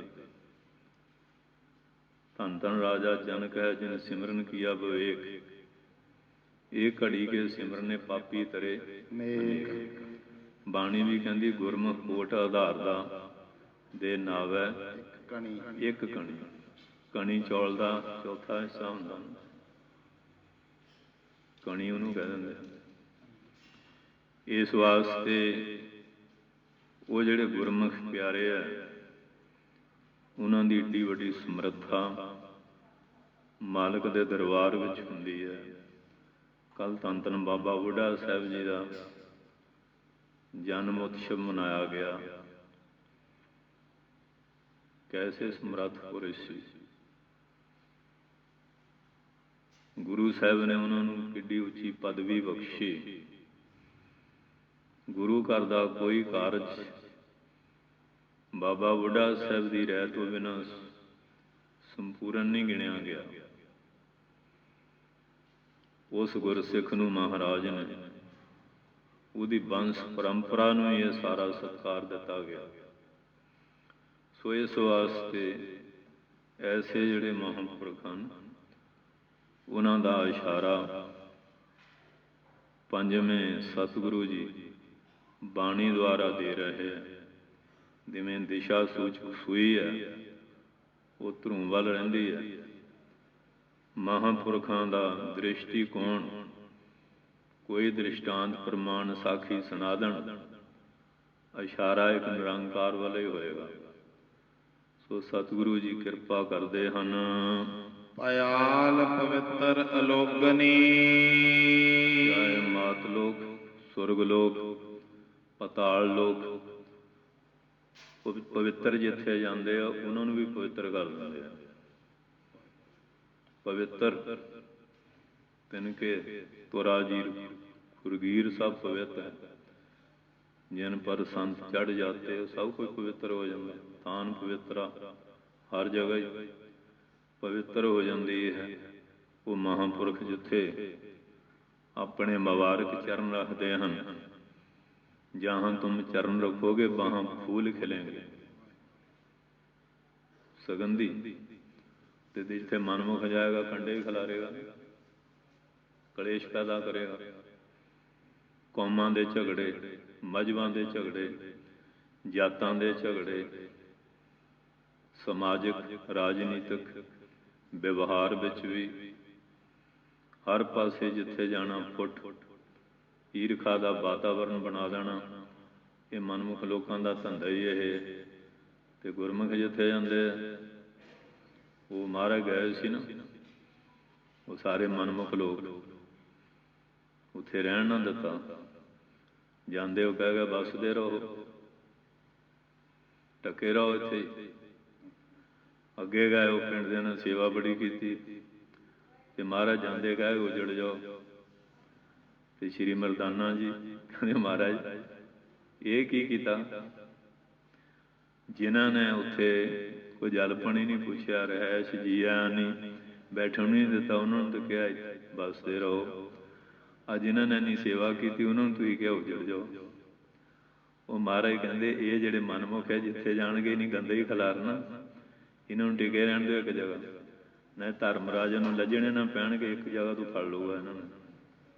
ਐਵੇਂ ਇਕੱਲੇ ਇਕੱਲੇ ਲੱਜਦੇ ਫਿਰੂਗਾ। ਚੰਗਾ ਇੱਕ ਜਗ੍ਹਾ ਤੋਂ ਕਾਬੂ ਕੀਤੇ ਜਾਣਗੇ, ਤੇ ਜਿਹਨੀ ਸੇਵਾ ਕੀਤੀ ਹੈ ਜਿੱਥੇ ਜਿੱਥੇ ਜਾਣਗੇ ਨਾਮ ਬਾਣੀ ਦਾ ਪ੍ਰਕਾਸ਼ ਕਰਨਗੇ, ਧਰਮ ਦਾ ਬੀਜ ਬੀਜਣਗੇ। ਫਿਰ ਮਰਦਾਨੇ ਦਾ ਸ਼ੰਕਾ ਦੂਰ ਹੋਈ, ਕਿਉਂਕਿ ਗੁਰਮੁਖ ਜਿੱਥੇ ਜਾਂਦਾ ਹੈ, ਭਾਈ ਗੁਰਦਾਸ ਸਾਹਿਬ ਕਾਸ਼ੀ ਚਲੇ ਗਏ, ਕਾਰਨ ਤਾਂ ਕੁਝ ਹੋਰ ਬਣ ਗਿਆ ਸੀ। ਪੰਗਤੀ ਲਿਖ ਦਿੱਤੀ ਸੀ ਨਾ, ਜੇ ਗੁਰ ਸੰਗ ਵਰਤਦਾ, ਹਾਂਜੀ, ਤੇ ਸਿੱਖ ਨੂੰ ਭਰਮਣਾ ਨਹੀਂ ਚਾਹੀਦਾ। ਬਾਬਾ ਬੁੱਢਾ ਸਾਹਿਬ ਕੋ ਵਚਨ ਆ ਗਿਆ, ਜਿਹੜੇ ਗੁਰਸਿੱਖਾਂ ਕੋਈ ਗੱਲ ਹੁੰਦੀ ਫਿਰ ਬਾਬਾ ਜੀ ਕੋ ਆ ਜਾਂਦੀ ਸੀ, ਮਹਾਰਾਜ ਆ ਗੱਲ। ਉਹਨੇ ਕਿਹਾ ਭਾਈ ਗੁਰਦਾਸ, ਪਰਮੇਸ਼ਰ ਦੀ ਮਾਇਆ ਬੜੀ ਬਲੀ ਹੈ, ਇਹ ਤਾਂ ਬ੍ਰਹਮਾ ਵਿਸ਼ਨੂੰ ਸ਼ਿਵ ਚਲੇ ਗਏ, ਇਹ ਕੱਟ ਦਿਓ। ਕਹਿੰਦੇ ਨਹੀਂ ਜੀ, ਜੇ ਗੁਰ ਸੰਗ ਵਰਦਾ ਸਿੱਖ ਸਿਦਕ ਨਾ ਹਾਰੇ। ਤੇ ਮਹਾਰਾਜ ਕੋ ਵੀ ਆ ਗਈ। ਹੁਣ ਮਹਾਰਾਜ ਦੇ ਪਿਤਾ ਗੁਰੂ ਦੇ ਮਾਮੇ ਵੀ ਲੱਗਦੇ ਸੀ, ਵਿਦਵਾਨ ਵੀ ਸੀ। ਇੱਕ ਵੱਖਰਾ ਤੱਤ, ਉਹ ਤੱਤ ਵੱਖਰਾ। ਕਹਿਣ ਲੱਗੇ ਭਾਈ ਗੁਰਦਾਸ, ਆ ਮੋਹਰਾਂ ਲਓ ਪੇਟੀ, ਵਧੀਆ ਘੋੜੇ ਖਰੀਦ ਕੇ ਲਿਆਓ, ਤੁਹਾਡੇ ਨੂੰ ਵਿਸ਼ਵਾਸ ਵਾਲਾ ਸਿਆਣਾ ਬਿਆਣਾ ਸਿੱਖ ਕਿਹੜਾ ਲੱਜਣਾ। ਨਾਲ ਗੁਰਸਿੱਖ ਭੇਜਤੇ, ਘੋੜਿਆਂ ਦਾ ਮੁੱਲ ਹੋ ਗਿਆ, ਪੈਸੇ ਦੇਣੇ ਸੀ। ਜਿਲੇ ਲੈਣ ਆਏ ਤਾਂ ਮਹਾਰਾਜ ਨੇ ਯੋਗ ਮਾਇਆ ਵਰਤਾਤੀ, ਉਹ ਮੋਹਰਾਂ ਸਾਰੀਆਂ ਠੀਕ ਰਹੀਆਂ। ਕਹਿੰਦੇ ਗੁਰੂ ਮਹਾਰਾਜ ਨੇ ਕੀ ਕੀਤਾ। ਹੁਣ ਉੱਧਰ ਕਿਵੇਂ ਜਾਣ, ਤੇ ਉੱਧਰ ਸੌਦਾ ਕਰਕੇ ਆਏ ਪੈਸੇ ਦੇਣ ਦਾ, ਉੱਥੋਂ ਨਿਕਲੇ ਕਾਸ਼ੀ ਚਲੇ ਗਏ। ਉਹ ਗੁਰਸਿੱਖਾਂ ਨੇ ਹੈਗੀਆਂ ਤਾਂ ਮੋਹਰਾਂ ਸੀ, ਮਹਾਰਾਜ ਲੀਲਾ ਸੀ, ਉਹ ਦੇ ਕੇ ਘੋੜੇ ਲੈ, ਪਰ ਵਿਦਵਾਨ ਸੀ, ਉੱਥੇ ਗਏ, ਪ੍ਰਚਾਰ ਕਰਦੇ ਰਹੇ, ਰਾਜੇ ਤੱਕ ਵੀ ਸੇਵਕ ਬਣਾਇਆ। ਉੱਥੇ ਫਿਰ ਕਵਿਤ ਸਵਈਏ ਜਾ ਰਿਹਾ ਕਾਸ਼ੀ 'ਚ, ਉਹ 'ਚ ਫਿਰ ਅੰਤਰਾਤਮੇ ਪਛਚਾਤਾਪ ਕਰਦੇ। ਫਿਰ ਮਹਾਰਾਜ ਨੇ ਹੁਕਮ ਭੇਜਿਆ ਕਾਸ਼ੀ ਨਰੇਸ਼ ਨੂੰ, ਗੁਰਦਾਸ ਨਾਮ ਦਾ ਸਾਡਾ ਇੱਕ ਦੋਸ਼ੀ ਤੇਰੇ ਕੋਲ ਹੈ। ਉਹਨੇ ਕਿਹਾ ਕੋਈ ਹੋਏਗਾ, ਇਹ ਤਾਂ ਸ਼ੰਕਾ ਨਹੀਂ, ਉਹਨੂੰ ਤਾਂ ਗੁਰੂਆਂ ਨੂੰ ਮੰਨਦੇ ਸੀ। ਭਾਈ ਗੁਰਦਾਸ ਫਿਰ ਉਹ ਡੌਂਡੀ ਪਿੱਟੀ ਗਈ, ਆਪ ਹਾਜ਼ਰ ਹੋਏ, ਮੈਂ ਹੀ ਹਾਂ। ਕਹਿੰਦੇ ਮਹਾਰਾਜ ਤੁਸੀਂ ਕਿਸ ਨੂੰ ਬਚਾਉਣ ਵਾਸਤੇ ਕਰਦੇ ਹੋ, ਉਹ ਕੋਈ ਹੋਰ ਹੋਏਗਾ। ਕਹਿੰਦੇ ਨਹੀਂ, ਕਹਿੰਦੇ ਮੇਰੀਆਂ ਮੁਸ਼ਕਾਂ ਬੰਨੋ। ਕਹਿੰਦੇ ਜੀ ਮੈਂ ਤਾਂ ਨਹੀਂ ਕਰ ਸਕਦਾ ਰਾਜਾ, ਤੇ ਤੁਹਾਡੇ ਸ਼ੇਸ਼ਾਂ। ਕਹਿੰਦੇ ਹੁਕਮ ਹੈ ਮਹਾਰਾਜ ਦਾ। ਕਹਿੰਦੇ ਮਹਾਰਾਜ ਉੱਥੇ ਜਾ ਕੇ ਬਣਾ ਲਿਓ। ਕਹਿੰਦੇ ਨਹੀਂ, ਇੱਥੇ ਬਣੀਆਂ। ਫਿਰ ਸਿੱਖਾਂ ਨੇ ਕਿਹਾ ਮਹਾਰਾਜ ਚਲੋ, ਫਿਰ ਹਾਜ਼ਰ ਹੋਏ। ਛੇਵੇਂ ਪਾਤਸ਼ਾਹ ਕਹਿੰਦੇ ਬੋਲ ਪਈ ਪੰਗਤੀ, ਜੇ ਗੁਰ ਸਾਂਗ ਵਰਤਦਾ ਸਿੱਖ ਸਿਦਕ ਨਾ ਹਾਰੇ। ਫਿਰ ਭਾਈ ਗੁਰਦਾਸ ਕਹਿੰਦੇ ਜੇ ਗੁਰ ਸਾਂਗ ਵਰਤਦਾ ਸਿੱਖ ਕੀ ਕਰੇ ਵਿਚਾਰਾ।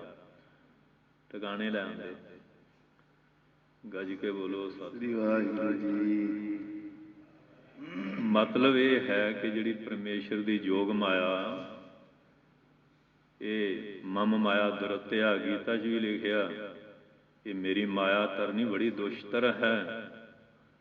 ਇਸ ਸਰਪਣੀ ਉੱਪਰ ਨਹੀਂ ਕੋਈ ਬਲੀਆ, ਜਿਨ ਬ੍ਰਹਮਾ ਵਿਸ਼ਨ ਮਹਾਦੇਵ ਛਲਿਆ। ਉੱਥੇ ਬੁੱਧੀ ਦੀ ਚਿਤਰਾਈ ਫੇਲ ਹੋ ਜਾਂਦੀ ਹੈ। ਇਸ ਵਾਸਤੇ ਪਾਤਸ਼ਾਹ ਜੀ ਕਿਰਪਾ ਕਰਕੇ ਸਮਝਾਉਂਦੇ ਹਨ। ਇਹ ਤਾਂ ਵੱਡੇ ਵੱਡੇ ਗੁਰਸਿੱਖ, ਤੇ ਆਪਾਂ ਕਹਿਣਾ ਚਾਹੀਦਾ, ਕਦੀ ਸੋਚਿਆ ਕਿ ਪਰਮੇਸ਼ਰੀ ਮਾਇਆ ਵੱਡਿਆਂ ਵੱਡਿਆਂ ਨੂੰ ਡੁਲਾ ਦਿੰਦੀ, ਭਰਮਾ ਦਿੰਦੀ ਹੈ।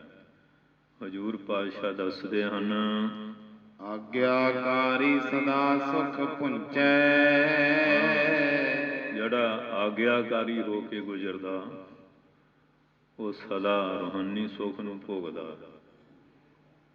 ਤੇ ਹੁਣ ਆਗਿਆ ਮੰਨਣ ਵਾਲੀ ਤਾਂ ਗੱਲ ਦਾ ਭੋਗ ਪੈ ਗਿਆ, ਇਹ ਤਾਂ ਚਲੇ ਗਈ ਨਾ। ਮਾਂ ਪਿਓ ਦਾ ਕਿੰਨਾ ਕੁ ਹੁਕਮ ਮੰਨਦੇ, ਟੀਚਰ ਉਸਤਾਦ ਦਾ ਕਿੰਨਾ ਕੁ ਸਤਿਕਾਰ ਕਰਦੇ। ਜਥੇਬੰਦੀਆਂ 'ਚ ਲੈ ਲਓ, ਸੰਸਥਾਵਾਂ 'ਚ ਲੈ ਲਓ, ਕਿਸੇ ਪਾਸੇ ਚਲ ਜਾਓ, ਬੱਧਾ ਚੱਟੀ ਅੰਦਰ ਸ਼ਰਧਾ ਭਾਵ ਤਾਂ ਉੱਡੇ ਗਿਆ। ਸਕੂਲਾਂ ਕਾਲਜਾਂ ਯੂਨੀਵਰਸਿਟੀਆਂ ਨੇ ਡਿਗਰੀਆਂ ਤਾਂ ਬਹੁਤ ਬੜਬੜੀਆਂ ਦੇ ਦਿੱਤੀਆਂ, ਪਰ ਇਹ ਸਤਿਕਾਰ ਪਿਆਰ ਹੁਕਮ ਮੰਨਣ ਵਾਲੀ ਪੜ੍ਹਾਈ ਉਹ ਸਾਤੋਂ ਬਹੁਤ ਦੂਰ ਚਲੇ ਗਈ ਹੈ। ਹੁਣ ਤਾਂ ਬੱਚੇ ਨੂੰ ਕਹੋ, ਉਹ ਕਹਿੰਦੇ ਸਾਡੀ ਆਪਣੀ ਲਾਈਫ ਹੈ, ਤੁਸੀਂ ਸਾਡੇ ਕੰਮ ਹੀ ਕਿਉਂ ਦਖਲ ਦਿੰਦੇ? ਤੁਸੀਂ ਹੁਣ ਸਾਡੇ ਅਨੁਕੂਲ ਹੋ ਕੇ ਚੱਲੋ, ਸਾਨੂੰ ਆਪਣੇ ਅਨੁਕੂਲ ਨਾ ਚਲਾਓ। ਤੇ ਮਾਰ ਵੀ ਖਾਂਦੇ ਆ। ਜਿਹੜੇ ਸਿਆਣਿਆਂ ਦੇ ਕਹਿਦਾ ਅਸਰ ਨਹੀਂ ਕਰਦੇ, ਬਚਨ ਨਹੀਂ ਮੰਨਦੇ। ਸੋ ਇਸ ਵਾਸਤੇ ਮਹਾਰਾਜ ਕਹਿੰਦੇ ਆਗਿਆ ਮੰਨਣਾ। ਫਿਰ ਪੜੋ, ਆਗਿਆਕਾਰੀ ਸਦਾ ਸੁਖ ਪੁੰਚੈ। ਜਿਹੜਾ ਆਗਿਆ ਵਿੱਚ ਰਹਿੰਦਾ, ਕਿਤੇ ਵੀ ਲੈ ਲਓ, ਘਰਾਂ 'ਚ ਲੈ ਲਓ, ਬਾਹਰ ਲੈ ਲਓ, ਧਰਮ ਵਾਲੀ ਜਗ੍ਹਾ ਲੈ ਲਓ, ਰਾਜਨੀਤੀ ਵਾਲੀ ਲੈ ਲਓ, ਸਮਾਜ 'ਚ ਲੈ ਲਓ। ਇਹ ਹੁਕਮ ਦੀ ਪੜ੍ਹਾਈ ਤਾਂ ਸਾਰੇ ਹੀ ਜਗ੍ਹਾ ਹੈਗੀ। ਜਿਹੜਾ ਹੁਕਮ ਮੰਨਦਾ, ਬਚਨ 'ਚ ਰਹਿੰਦਾ, ਕਿਤੇ ਵੀ ਉਹਨੂੰ ਸੁੱਖ ਹੈ। ਜਿਹੜਾ ਫਿਰ ਪਰਵਾਰਾ ਹੋ ਕੇ ਤੁਰਦਾ, ਉਹ ਤਾਂ ਦੁੱਖ ਹੀ ਹੈ ਨਾ। ਵੇਖ ਸਰਦਾਰ ਹੁੰਦੇ ਸੀ, ਉਹ ਗਰੀਬ ਸੀ, ਮਾਈ ਵਿਧਵਾ, ਉਹਦਾ ਮੁੰਡਾ, ਉਹ ਬੇਨਤੀ ਕੀਤੀ, ਉਹਨੇ ਉੱਥੇ ਨੌਕਰ ਰੱਖ ਲਿਆ। ਤੇ ਰਾਜੇ ਨੇ ਵੀ ਬੱਚਿਆਂ ਵਾਂਗ ਪਾਲਣਾ, ਰਾਜੇ ਨੇ ਨਾਲ ਲੈ ਜਾਣਾ। ਜਵਾਨ ਚੰਗਾ ਸੀ ਸਰਦਾਰ ਨੇ, ਉਹ ਰਾਜੇ ਨੂੰ ਤਾਂ ਸਾਹਿਬ ਕਹਿੰਦੇ ਸੀ, ਉਹਨੂੰ ਵੀ ਸਾਹਿਬ ਕਹਿਣ ਲੱਗ ਪਿਆ। ਉਹਦਾ ਵੀ ਸਤਿਕਾਰ ਹੋਣ ਲੱਗ ਪਿਆ। ਉਹ ਫਿਰ ਜਿਹੜੇ ਹੁਣ ਰੱਜ ਕੇ ਰੋਟੀ ਖਾਣ ਲੱਗ ਪਿਆ, ਕੁੱਤੇ ਨੂੰ ਕਹਿੰਦੇ ਕੀ ਰਾਜ ਵੀ ਨਹੀਂ ਹੁੰਦੀ, ਉਹਦਾ ਫਿਰ ਬਦਲ ਗਿਆ ਥੋੜ੍ਹਾ ਜਿਹਾ। ਬਚਨ ਕਹਿਣਾ ਮੰਨਣਾ ਹੀ ਨਾ, ਤੇ ਮੈਂ ਤਾਂ ਸਾਹਿਬ ਹਾਂ। ਤੇ ਇੱਕ ਵਾਰੀ ਸਰਦਾਰ ਸਾਹਿਬ ਨੇ ਭੇਜਿਆ, ਕਹਿੰਦਾ ਮੈਂ ਨਹੀਂ ਸਾਡਾ ਸਰਦਾਰ ਜਾਣਦਾ ਕੌਣ ਹੈ। ਫਿਰ ਭੇਜਿਆ ਵੀ ਚਲੋ ਕੋਈ ਨਹੀਂ, ਫੇਰ ਨਹੀਂ ਆਇਆ। ਫਿਰ ਉਹਨੇ ਰਜੀਨਾ ਬੰਦ ਕਰਤਾ। ਉਹ ਜਿਹੜੀ 4 ਕੁਆਡਾਂ ਕੋਲ ਸੀ ਫਿਰ ਮੁੱਕ ਗਈਆਂ। ਲੱਗਾ ਭੁੱਖਾ ਮਰਨ। ਤੇ ਪਤਾ ਲੱਗਾ ਵੀ ਸਾਹਬ ਤਾਂ ਹੋਈ ਸੀ, ਮੈਂ ਤਾਂ ਮੱਲੋ ਮੱਲੀ ਬਣਿਆ।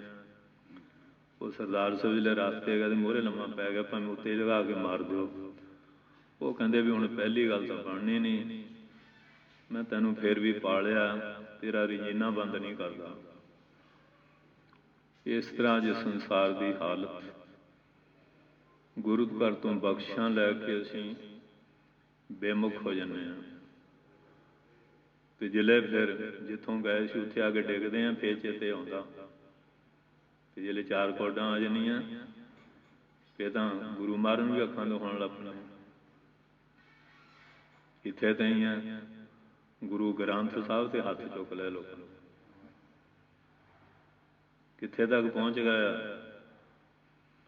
ਸੋ ਇਸ ਵਾਸਤੇ ਗੁਰੂ ਗੁਰੂ ਹੀ ਹੁੰਦਾ। ਇਹਦੇ ਭੈ, ਇਹਦੇ ਅਦਬ ਵਿੱਚ ਸੰਗਤ ਦਾ ਸਤਿਕਾਰ ਕਰਨਾ, ਗੁਰਸਿੱਖਾਂ ਦਾ, ਗੁਰੂ ਕੇ ਨਿਸ਼ਾਨ ਧਾਮ ਦਾ ਇਹ ਫਰਜ਼ ਬਣਦਾ। ਸੋ ਇਸ ਵਾਸਤੇ ਸਤਿਗੁਰ ਸੱਚੇ ਪਾਤਸ਼ਾਹ ਇਸ਼ਾਰਾ ਦੇ ਰਹੇ ਹੈ, ਹੁਕਮ ਮੰਨਣ ਵਿੱਚ, ਆਗਿਆ ਵਿੱਚ, ਰਹਿਣ ਵਿੱਚ ਸਾਰੇ ਸੁੱਖ ਹੁੰਦੇ ਹਨ। ਜਤ ਕਤ ਵੇਖੋ ਹਰ ਗੁਣੀ। ਜਦੋਂ ਗਿਆਨ ਦ੍ਰਿਸ਼ਟੀ ਹੋ ਜਾਂਦੀ ਹੈ, ਫਿਰ ਜਿੱਧਰ ਦੇਖੋ ਹਰੀ ਨਿਰੰਕਾਰ ਗੁਣੀ, ਸਾਰੇ ਗੁਣਾਂ ਦਾ ਮਾਲਕ ਉਹ ਹੀ ਨਜ਼ਰ ਆਉਂਦਾ ਹੈ। ਨਹਿ ਸੇਵ ਸਕਤੀ ਜਲ ਨਹੀਂ ਪਵਨਾ। ਆ ਉੱਥੇ ਸ਼ਿਵ ਜਾਮ ਦੀ ਸ਼ਕਤੀ ਜਾਂ ਰਿੱਧੀ ਸਿੱਧੀ, ਜਲ, ਪੌਣ, ਇਹ 5 ਤੱਤ ਦੀ ਮਾਇਆ। ਔਰ ਇਸੇ ਤਰ੍ਹਾਂ ਤੀਰਥ ਇਸ਼ਨਾਨ, ਹਵਾ, ਪ੍ਰਾਣਾਯਾਮ ਵਗੈਰਾ ਕਰਨਾ, ਰਿੱਧੀ ਸਿੱਧੀ ਪੈਦਾ ਕਰ ਲੈਣੀ। ਇਹ ਸਾਰੀਆਂ ਚੀਜ਼ਾਂ ਫਿਰ ਜਦੋਂ ਆਤਮਾ ਦਾ ਬੋਧ ਹੋ ਜਾਂਦਾ, ਸਭ ਨੀਚੇ ਰਹਿ ਜਾਂਦੀਆਂ ਹਨ। ਇਹ ਆਕਾਰ ਨਹੀਂ ਮੇਦਨੀ। ਇਹ ਜਿੰਨੀ ਆਕਾਰਧਾਰੀ ਮੇਦਨੀ ਸ੍ਰਿਸ਼ਟੀ ਹੈ, ਇਹਦੇ ਜਿਹੜਾ ਦਵੈਸ਼ ਭਾਵ, ਇਹ ਤੋਂ ਉੱਪਰ ਉੱਠ ਕੇ ਸਾਰਿਆਂ ਵਿੱਚ ਇੱਕੋ ਚੇਤਨ ਆਤਮਾ ਪਰਮਾਤਮਾ ਨੂੰ ਦੇਖਣ ਵਾਲੀ ਦਿਵ ਦ੍ਰਿਸ਼ਟੀ ਬਣ ਜਾਂਦੀ ਹੈ। ਸਤਿਗੁਰ ਜੋਗ ਕਾ ਤਹਾਂ ਨਿਵਾਸਾ।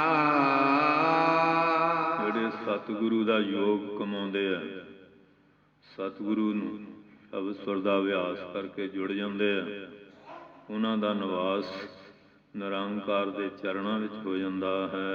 ਜੈ ਅਵਗਤ ਨਾਥ ਅਗਮਤਨੀ।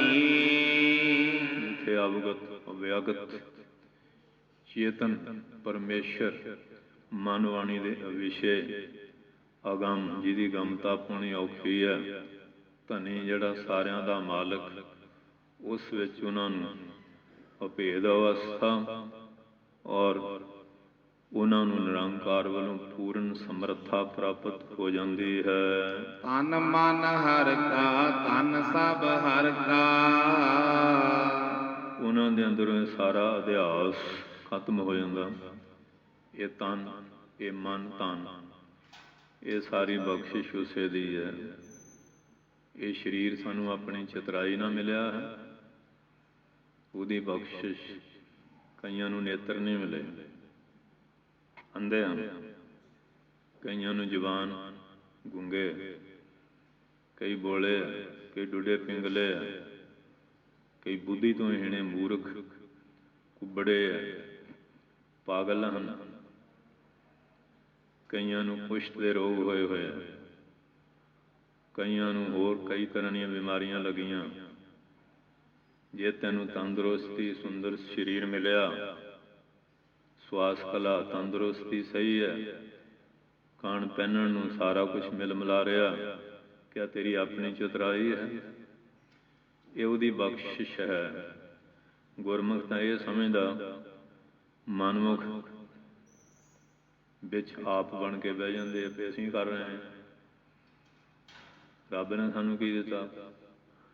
ਅਸੀਂ 8 ਘੰਟੇ 12 ਘੰਟੇ ਕੰਮ ਨਾ ਕਰੀਏ, ਰੱਬ ਬੈਠਿਆਂ ਨੂੰ ਦੇ ਦੂਗਾ। ਤੈਨੂੰ ਜੇ 12 ਘੰਟੇ ਕੰਮ ਕਰਨ ਦੀ ਸਮਰੱਥਾ ਦਿੱਤੀ, ਉਹਨੇ ਹੀ ਦਿੱਤੀ ਹੈ। ਜੇ ਤੈਨੂੰ ਡੁੱਡਾ ਪਿੰਗਲਾ ਬਣਾਉਂਦਾ, ਫਿਰ 12 ਘੰਟੇ ਕਿਵੇਂ ਲਾਉਂਦਾ? ਜੇ ਤੈਨੂੰ ਅਕਲ ਬੁੱਧੀ ਨਾ ਦਿੰਦਾ, ਤੂੰ ਕਹਿੰਦਾ ਮੈਂ ਆਪਣੀ ਵਿਦਿਆ ਨਾਲ ਕਮਾਉਣਾ, ਤੇ ਵਿਦਿਆ ਉਹ ਤੈਨੂੰ ਮੂਰਖ ਬਣਾਉਂਦਾ, ਫਿਰ ਤੂੰ ਕਿਵੇਂ ਕਰ ਲੈਂਦਾ? ਪਰ ਮੂਰਖ ਜਿਹੜਾ ਹੋਮੇ ਕਰਦਾ, ਜਿਹੜਾ ਗੁਰਮੁਖ, ਉਹ ਕਹਿੰਦਾ ਸਾਰਾ ਕੁਛ ਇਹ ਤਨ ਮਨ ਧਨ ਜੋ ਬਰਕਤ ਉਸ ਮਾਲਕ ਦੀ ਕੰਮ ਕਰ ਰਹੀ ਹੈ। ਹਰ ਕੇ ਗੁਣ ਹੋ ਕਿਆ ਗਨੀ। ਉਹ ਮਾਲਕ, ਤੂੰ ਤਾਂ 2-4 ਗੁਣ ਲੈ ਕੇ ਹੰਕਾਰ ਨਾ ਆਫਰ ਜੰਨਾ ਨਾ। ਕਹਿੰਦੇ ਉਹਦੇ ਕਿੰਨੇ ਕੁ ਗੁਣ ਆ, ਉਹਨਾਂ ਦੀ ਗਿਣਤੀ ਮਿਣਤੀ ਨਹੀਂ ਹੋ ਸਕਦੀ। 10 ਗੁਰੂ ਜੀ ਦੇ ਉੱਤੇ ਪਤਾ ਨਹੀਂ ਕਿੰਨੇ ਕੁ ਲੋਕਾਂ ਨੇ ਪੁਸਤਕਾਂ ਲਿਖੀਆਂ, ਤੇ ਕੀ ਮਹਾਰਾਜ ਦੀ ਵਡਿਆਈ ਦਾ ਅੰਤ ਆ ਗਿਆ? ਗੁਰੂ ਨਾਨਕ ਸਾਹਿਬ ਦੇ ਉੱਤੇ ਕਿੰਨਿਆਂ ਨੇ ਲਿਖੇ? ਬਹੁਤ ਲਿਖ ਰਹੇ ਆ, ਗਾਹਾਂ ਵੀ। ਪਰ ਜੋ ਗੁਰੂ ਗ੍ਰੰਥ ਸਾਹਿਬ ਵਿੱਚ ਲਿਖ ਗਿਆ, ਇਹ ਭਾਵੇਂ ਸਾਰੀ ਦੁਨੀਆ ਦੀਆਂ ਕਿਤਾਬਾਂ ਇਕੱਠੀਆਂ ਕਰ ਲਿਓ, ਤੇ ਗੁਰੂ ਗ੍ਰੰਥ ਸਾਹਿਬ ਦੇ ਤੇ ਇੱਕ ਕੰਨੇ ਜਿੰਨਾ ਵੀ ਲਿਖਣ ਯੋਗੇ ਨਹੀਂ। ਜੋ ਮਹਾਰਾਜ ਲਿਖ ਗਿਆ, ਇਹਦੇ ਉੱਤੇ ਕੀ ਲਿਖ ਲਓ? ਕਹਿੰਦੇ ਇੱਕ ਵਾਰੀ ਉਹ ਮਿਸਰ ਦੇ ਵਿੱਚ ਬਹੁਤ ਲਾਇਬ੍ਰੇਰੀਆਂ ਭਰ ਗਈਆਂ ਕਿਤਾਬਾਂ ਨਾਲ। ਇੱਕ ਰਾਜਾ ਆਇਆ, ਉਹ ਕਹਿੰਦਾ ਸਾਰੀਆਂ ਫੂਕ ਦਿਓ, ਮੁਸਲਮਾਨਾਂ ਲਈ ਕੁਰਾਨ ਸ਼ਰੀਫ ਹੀ ਬਹੁਤ ਆ, ਇਹੀ ਬਹੁਤ ਆ। ਤੇ ਗੁਰੂ ਗ੍ਰੰਥ ਸਾਹਿਬ ਜੋ ਇਹਦੇ 'ਚ ਦੱਸਿਆ ਗਿਆ, ਇਸ ਦੇ ਉੱਪਰ ਨਹੀਂ ਵਿਚਾਰ। ਕੌਣ ਦੱਸੇਗਾ ਇਹ ਤੋਂ ਉੱਤੇ ਵਿਚਾਰ? ਜਿੰਨੀਆਂ ਮਰਜ਼ੀ ਕਿਤਾਬਾਂ ਲਿਖੋ, ਮੈਂ ਇੰਨੀਆਂ ਪੁਸਤਕਾਂ ਲਿਖੀਆਂ, ਤੂੰ ਲਿਖੀਆਂ, ਤੇ ਜਿਹੜਾ ਗੁਰੂ ਅਰਜਨ ਸਾਹਿਬ ਕਿਰਪਾ ਕਰ ਗਿਆ ਉਹ ਕੁਝ ਨਹੀਂ ਕਰਕੇ ਗਏ। ਨਕਲ ਮਾਰ ਲਈ, ਇੱਧਰੋਂ ਉੱਧਰੋਂ ਗੱਲਾਂ ਲਿਖ ਲਈਆਂ। ਸੋ ਇਸ ਵਾਸਤੇ ਗੁਰੂ ਮਹਾਰਾਜ ਜੋ ਬਣਾ ਕੇ ਦੇ ਗਏ, ਅਸੀਂ ਆਪਣਾ ਕੂੜਾ ਕਬਾੜਾ ਸਾਂਭਣ ਲੱਗ ਪਏ। ਜਿਹੜੀ ਸਾਂਭਣ ਵਾਲੀ ਚੀਜ਼ ਸੀ ਉਹ ਸਾਡੇ ਘਰਾਂ ਚੋਂ ਨਿਕਲ ਗਈ। ਪੁਰਾਣੇ ਬੁੜਿਆਂ ਦੇ ਗੁਟਕੇ ਪਏ ਹੋਣਗੇ, ਬੱਚੇ ਅੰਗਰੇਜ਼ੀ ਪੜ੍ਹ ਗਏ, ਉਹਨਾਂ ਨੂੰ ਹੁਣ ਕੋਈ ਲੋੜ ਨਹੀਂ ਨਾ ਗੁਟਕਿਆਂ ਦੀ। ਕੀ ਲੋੜ ਹੈ, ਨਿਤਨੇਮ ਤਾਂ ਕਰਨਾ ਹੀ ਨਹੀਂ। ਇਸ਼ਨਾਨ ਵੀ ਗਿਆ, ਨਾਮ ਵੀ ਗਿਆ, ਸਤਿਕਾਰ ਪਿਆਰ ਵੀ ਗਿਆ, ਰੱਦੀ 'ਚ ਵੇਚੀ ਜਾਂਦੇ ਆ। ਜਾਂ ਗੋਇੰਦਵਾਲ ਛੱਡਿਆ ਵੀ ਸੰਸਕਾਰ ਕਰ ਦਿਓ। ਬੁੱਢੇ ਵੀ ਮਰ ਗਏ, ਹੁਣ ਇਹਨਾਂ ਦੀ ਲੋੜ ਨਹੀਂ। ਪਰ ਜਿੱਥੇ ਬਾਣੀ ਦਾ ਅਦਬ ਸਤਿਕਾਰ ਹੈ, ਬਾਣੀ ਵੀ ਫਿਰ ਆਧਾਰ ਨਹੀਂ ਰੱਖਦੀ, ਉਸ ਮਨੁੱਖ ਦਾ ਵੀ ਸਤਿਕਾਰ ਬਹੁਤ ਹੁੰਦਾ। ਪਾਤਸ਼ਾਹ ਜੀ ਕਿਰਪਾ ਕਰਦੇ ਹਨ। ਕਹੋ ਨਾਨਕ ਹਮ ਤੁਮ ਗੁਰ ਕੋਈ ਹੈ। ਸੱਚੇ ਪਾਤਸ਼ਾਹ ਜੀ ਕਹਿੰਦੇ ਆ ਕਿ ਜਦੋਂ ਗੁਰੂ ਨਾਲ ਮਿਲ ਗਏ, ਜਿਹੜੀ ਹੋਮੇ ਵਾਲੀ ਭਾਵਨਾ ਸੀ ਕੋਈ ਨਾਸ ਕਰ ਦਿੱਤੀ, ਆਪਾ ਸਵਤ ਭਾਵ ਖਤਮ ਕਰ ਦਿੱਤਾ। ਤੇ ਜਿੰਨਾ ਚਿਰ ਆਪਾ ਭਾਵਿਆ ਉਹਨਾਂ ਚਿਰ ਕਿਵੇਂ? ਮੋਠਾਂ ਮਾਂ ਦੀ ਦਾਲ ਰਹਿੰਦੇ ਨਾ, ਕੋਕੜੂ ਤਾਂ ਰਲਦਾ ਨਹੀਂ ਨਾਲ। ਕੋਰੜ ਮੋਠ ਜਨੇਹਾ, ਜਿਹੜੇ ਮੋਠ ਜਾਂ ਮਾਂ ਉਹ ਤਾਂ ਰਲ ਕੇ ਭੇਦ ਹੋ ਜਾਂਦੇ ਨਾ, ਉਹ ਜੁਦਾ ਹੀ ਰਹਿੰਦਾ। ਇਸ ਤਰ੍ਹਾਂ ਹੀ ਹੈ ਜਿਹੜਾ ਗੁਰਸਿੱਖ, ਉਹ ਤਾਂ ਆਪਾ ਭਾਵ ਗਵਾ ਕੇ ਉਹ 'ਚ ਅਭੇਦ ਹੋ ਜਾਂਦਾ, ਅਭੇਦ ਹੋ ਕੇ ਵਰਤਦਾ। ਪਹਿਲਾਂ ਜਿਹੜਾ ਫਿਰ ਕੋਕੜੂ ਵਰਗਾ, ਉੱਤੇ ਤਾਂ ਕੋਈ ਅਸਰ ਨਹੀਂ, ਉਹ ਫਿਰ ਆਪਣਾ ਜੁਦਾ ਹੀ ਕੰਮ ਰੱਖਦਾ ਨਾ। ਉਹ ਮਨਮੁਖ ਦੀ ਹਾਲਤ ਇਸ ਤਰ੍ਹਾਂ ਦੀ ਕਹੀ। ਤੇ ਮਹਾਰਾਜ ਸੱਚੇ ਪਾਤਸ਼ਾਹ ਕਹਿੰਦੇ ਗੁਰਮੁਖ ਜਿਹੜਾ, ਉਹ ਤਾਂ ਫਿਰ ਅਭੇਦ ਹੋ ਜਾਂਦਾ ਹੈ, ਕਿਉਂਕਿ ਆਪਾ ਭਾਵ ਖੋਦਤਾ ਨਾਸ ਕਰ ਦਿੱਤਾ ਹੈ। ਅੰਬੈ ਅੰਬ ਮਿਲੋਗਨੀ, ਅੰਬ ਪਾਣੀ, ਪਾਣੀ 'ਚ ਮਿਲ ਕੇ ਜਲ ਸਰੂਪ ਹੋ ਜਾਂਦਾ, ਕੋਈ ਵੱਖਰਾਪਨ ਰਹਿੰਦਾ ਹੀ ਨਹੀਂ। ਕਿੰਨੇ 999 ਦਰਿਆ ਆ, 7 ਸਮੁੰਦਰ ਹੋ ਗਏ, ਗਾਹਾਂ ਮਹਾਂਸਾਗਰ ਆ ਗਿਆ। ਉੱਥੇ ਪਤਾ ਲੱਗਦਾ ਇੱਥੇ ਗੰਗਾ ਕਿਹੜੀ ਸੀ, ਗੋਮਤੀ ਕਿਹੜੀ ਸੀ, ਸਤਲੁਜ, ਰਾਵੀ, ਬਿਆਸ ਔਰ ਬ੍ਰਹਮਪੁੱਤਰ ਕਿਹੜਾ, ਗੰਗਾ ਕਿਹੜੀ ਹੈ। ਇਹ ਤਾਂ ਇੱਕੋ ਹੀ ਰੂਪ ਹੋ ਗਏ। ਇਸੇ ਤਰ੍ਹਾਂ ਭਾਵੇਂ 69 ਪ੍ਰਕਾਰ ਦੇ ਨਦੀਆਂ ਨਾਲੇ ਦਰਿਆ ਸੀ, ਸਮੁੰਦਰ ਵਿੱਚ ਪਾ ਕੇ ਸਮੁੰਦਰ ਇੱਕ ਰੂਪ ਹੋ ਗਏ। ਭਾਵੇਂ ਨਾਨਾ ਪ੍ਰਕਾਰ ਦੀ ਸ੍ਰਿਸ਼ਟੀ ਹੈ, ਤੇ ਜਦੋਂ ਉਸ ਅਵਸਥਾ 'ਚ ਪਹੁੰਚ ਜਾਂਦਾ, ਅਗਿਆਨ ਅਵਸਥਾ 'ਚ ਕਈ ਤਰ੍ਹਾਂ ਦੀ ਨਜ਼ਰ ਆਉਂਦੀ ਹੈ। ਜਿਹੜੇ ਗਿਆਨ ਅਵਸਥਾ ਹੋ ਜਾਏ ਤੇ ਫਿਰ ਇਹ ਨੇਤਰ ਹੋ ਮੇਰੇ ਹੋ, ਹਰ ਤੁਮ ਮੈਂ ਜੋਤ ਧਰੀ, ਹਰ ਬਿਨ ਅਵਰ ਨਾ ਦੇਖੋ ਕੋਈ, ਨਦਰੀ ਹਰ ਨਿਹਾਲਿਆ। ਇਹ ਬਿਸ ਸੰਸਾਰ ਤੁਮ ਦੇਖਦੇ, ਇਹ ਹਰ ਕਾ ਰੂਪ ਹੈ, ਰੂਪ ਨਦਰੀ ਆਇਆ। ਐਸੀ ਉਹਨਾਂ ਦੀ ਦ੍ਰਿਸ਼ਟੀ ਪਾਕ ਪਵਿੱਤਰ ਬਣ ਜਾਂਦੀ ਹੈ। ਸੋ ਗੁਰੂ ਮਹਾਰਾਜ ਕਿਰਪਾ ਕਰਨ, ਸਾਡੇ ਅੰਦਰੋਂ ਈਰਖਾ, ਘਿਰਣਾ, ਦਵੈਸ਼ ਖਤਮ ਹੋਵੇ, ਏਕਤਾ ਵਾਲਾ ਭਾਵ ਆ ਜਾਏ। ਜਦੋਂ ਏਕਤਾ ਵਾਲਾ ਭਾਵ ਆ ਗਿਆ, ਫਿਰ ਪੰਥ ਦੀ ਚੜ੍ਹਦੀ ਕਲਾ ਜੀ। ਆਹ ਦਵੈਸ਼ ਦੇ ਪੁਆੜੇ ਪਾਏ ਹੋਏ ਹਨ, ਆਪੋ ਆਪਣੀ ਡੁਗੜੀ ਖੜਕਾਉਂਦੇ, ਜਿਵੇਂ ਉਹ ਮਨਿਆਰੀ ਦਾ ਸੌਦਾ ਵੇਚਣ ਵਾਲੇ ਨਾ, ਤੇ ਜਿਹੜੇ ਵੱਡੇ ਪਸਾਰੀ ਉਹ ਕੋਈ ਡੁਗੜੀਆਂ ਥੋੜ੍ਹੀ ਖੜਕਾਉਂਦੇ ਆ, ਉੱਥੇ ਦੇ ਲੋਕ ਆਪੇ ਹੀ ਜਾਂਦੇ ਆ। ਇਸ ਤਰ੍ਹਾਂ ਏਕਤਾ ਵਾਲੇ ਭਾਵ ਵਿੱਚ ਆਓ, ਦਵੈਸ਼ ਵਾਲਾ ਭਾਵ ਤਿਆਗੋ। ਇਹ ਗੁਰੂ ਮਹਾਰਾਜ ਦਾ ਸਿਧਾਂਤ ਹੈ। ਜਿੱਥੋਂ ਮਰਜ਼ੀ ਬਾਣੀ ਲੈ ਲਓ, ਇਹ ਉਪਦੇਸ਼। ਪ੍ਰਮਾਣ ਦ੍ਰਿਸ਼ਟਾਂਤ ਤੇ ਵੱਖ ਵੱਖ ਹੋਣਗੇ, ਉਪਦੇਸ਼ ਇੱਕੋ ਹੀ ਹੈ। ਸਮਝਾਉਣ ਵਾਸਤੇ ਬਹੁਤ ਸਾਖੀਆਂ ਦ੍ਰਿਸ਼ਟਾਂਤ ਮਹਾਰਾਜ ਦੇ ਜਾਂਦੇ, ਕਿਰਪਾ ਕਰ ਜਾਂਦੇ। ਸੋ ਆਈ ਸੰਗਤ ਨੂੰ ਜੀ ਆਇਆਂ। ਸਾਰਿਆਂ ਦਾ ਬਹੁਤ ਬਹੁਤ ਧੰਨਵਾਦ, ਪ੍ਰਬੰਧਕਾਂ ਦਾ, ਸੰਗਤਾਂ ਦਾ, ਸੇਵਾਦਾਰਾਂ ਦਾ। ਮਹਾਰਾਜ ਮਿਹਰ ਕਰਨ, ਸਾਨੂੰ ਸਾਰਿਆਂ ਨੂੰ ਨਾਮਦਾਨ, ਸਿੱਖੀ ਦਾਨ, ਭਰੋਸਾ, ਤੰਦਰੁਸਤੀ ਦੀ ਦਾਤ ਬਖਸ਼ਿਸ਼ ਕਰਨ। ਖਾਲਸਾ ਪੰਥ ਵਿੱਚ ਏਕਤਾ, ਇਤਫਾਕ, ਪਿਆਰ, ਚੜ੍ਹਦੀ ਕਲਾ ਬਖਸ਼ਿਸ਼ ਕਰਨ। ਵਾਹਿਗੁਰੂ ਜੀ ਕਾ ਖਾਲਸਾ, ਵਾਹਿਗੁਰੂ ਜੀ ਕੀ ਫਤਿਹ।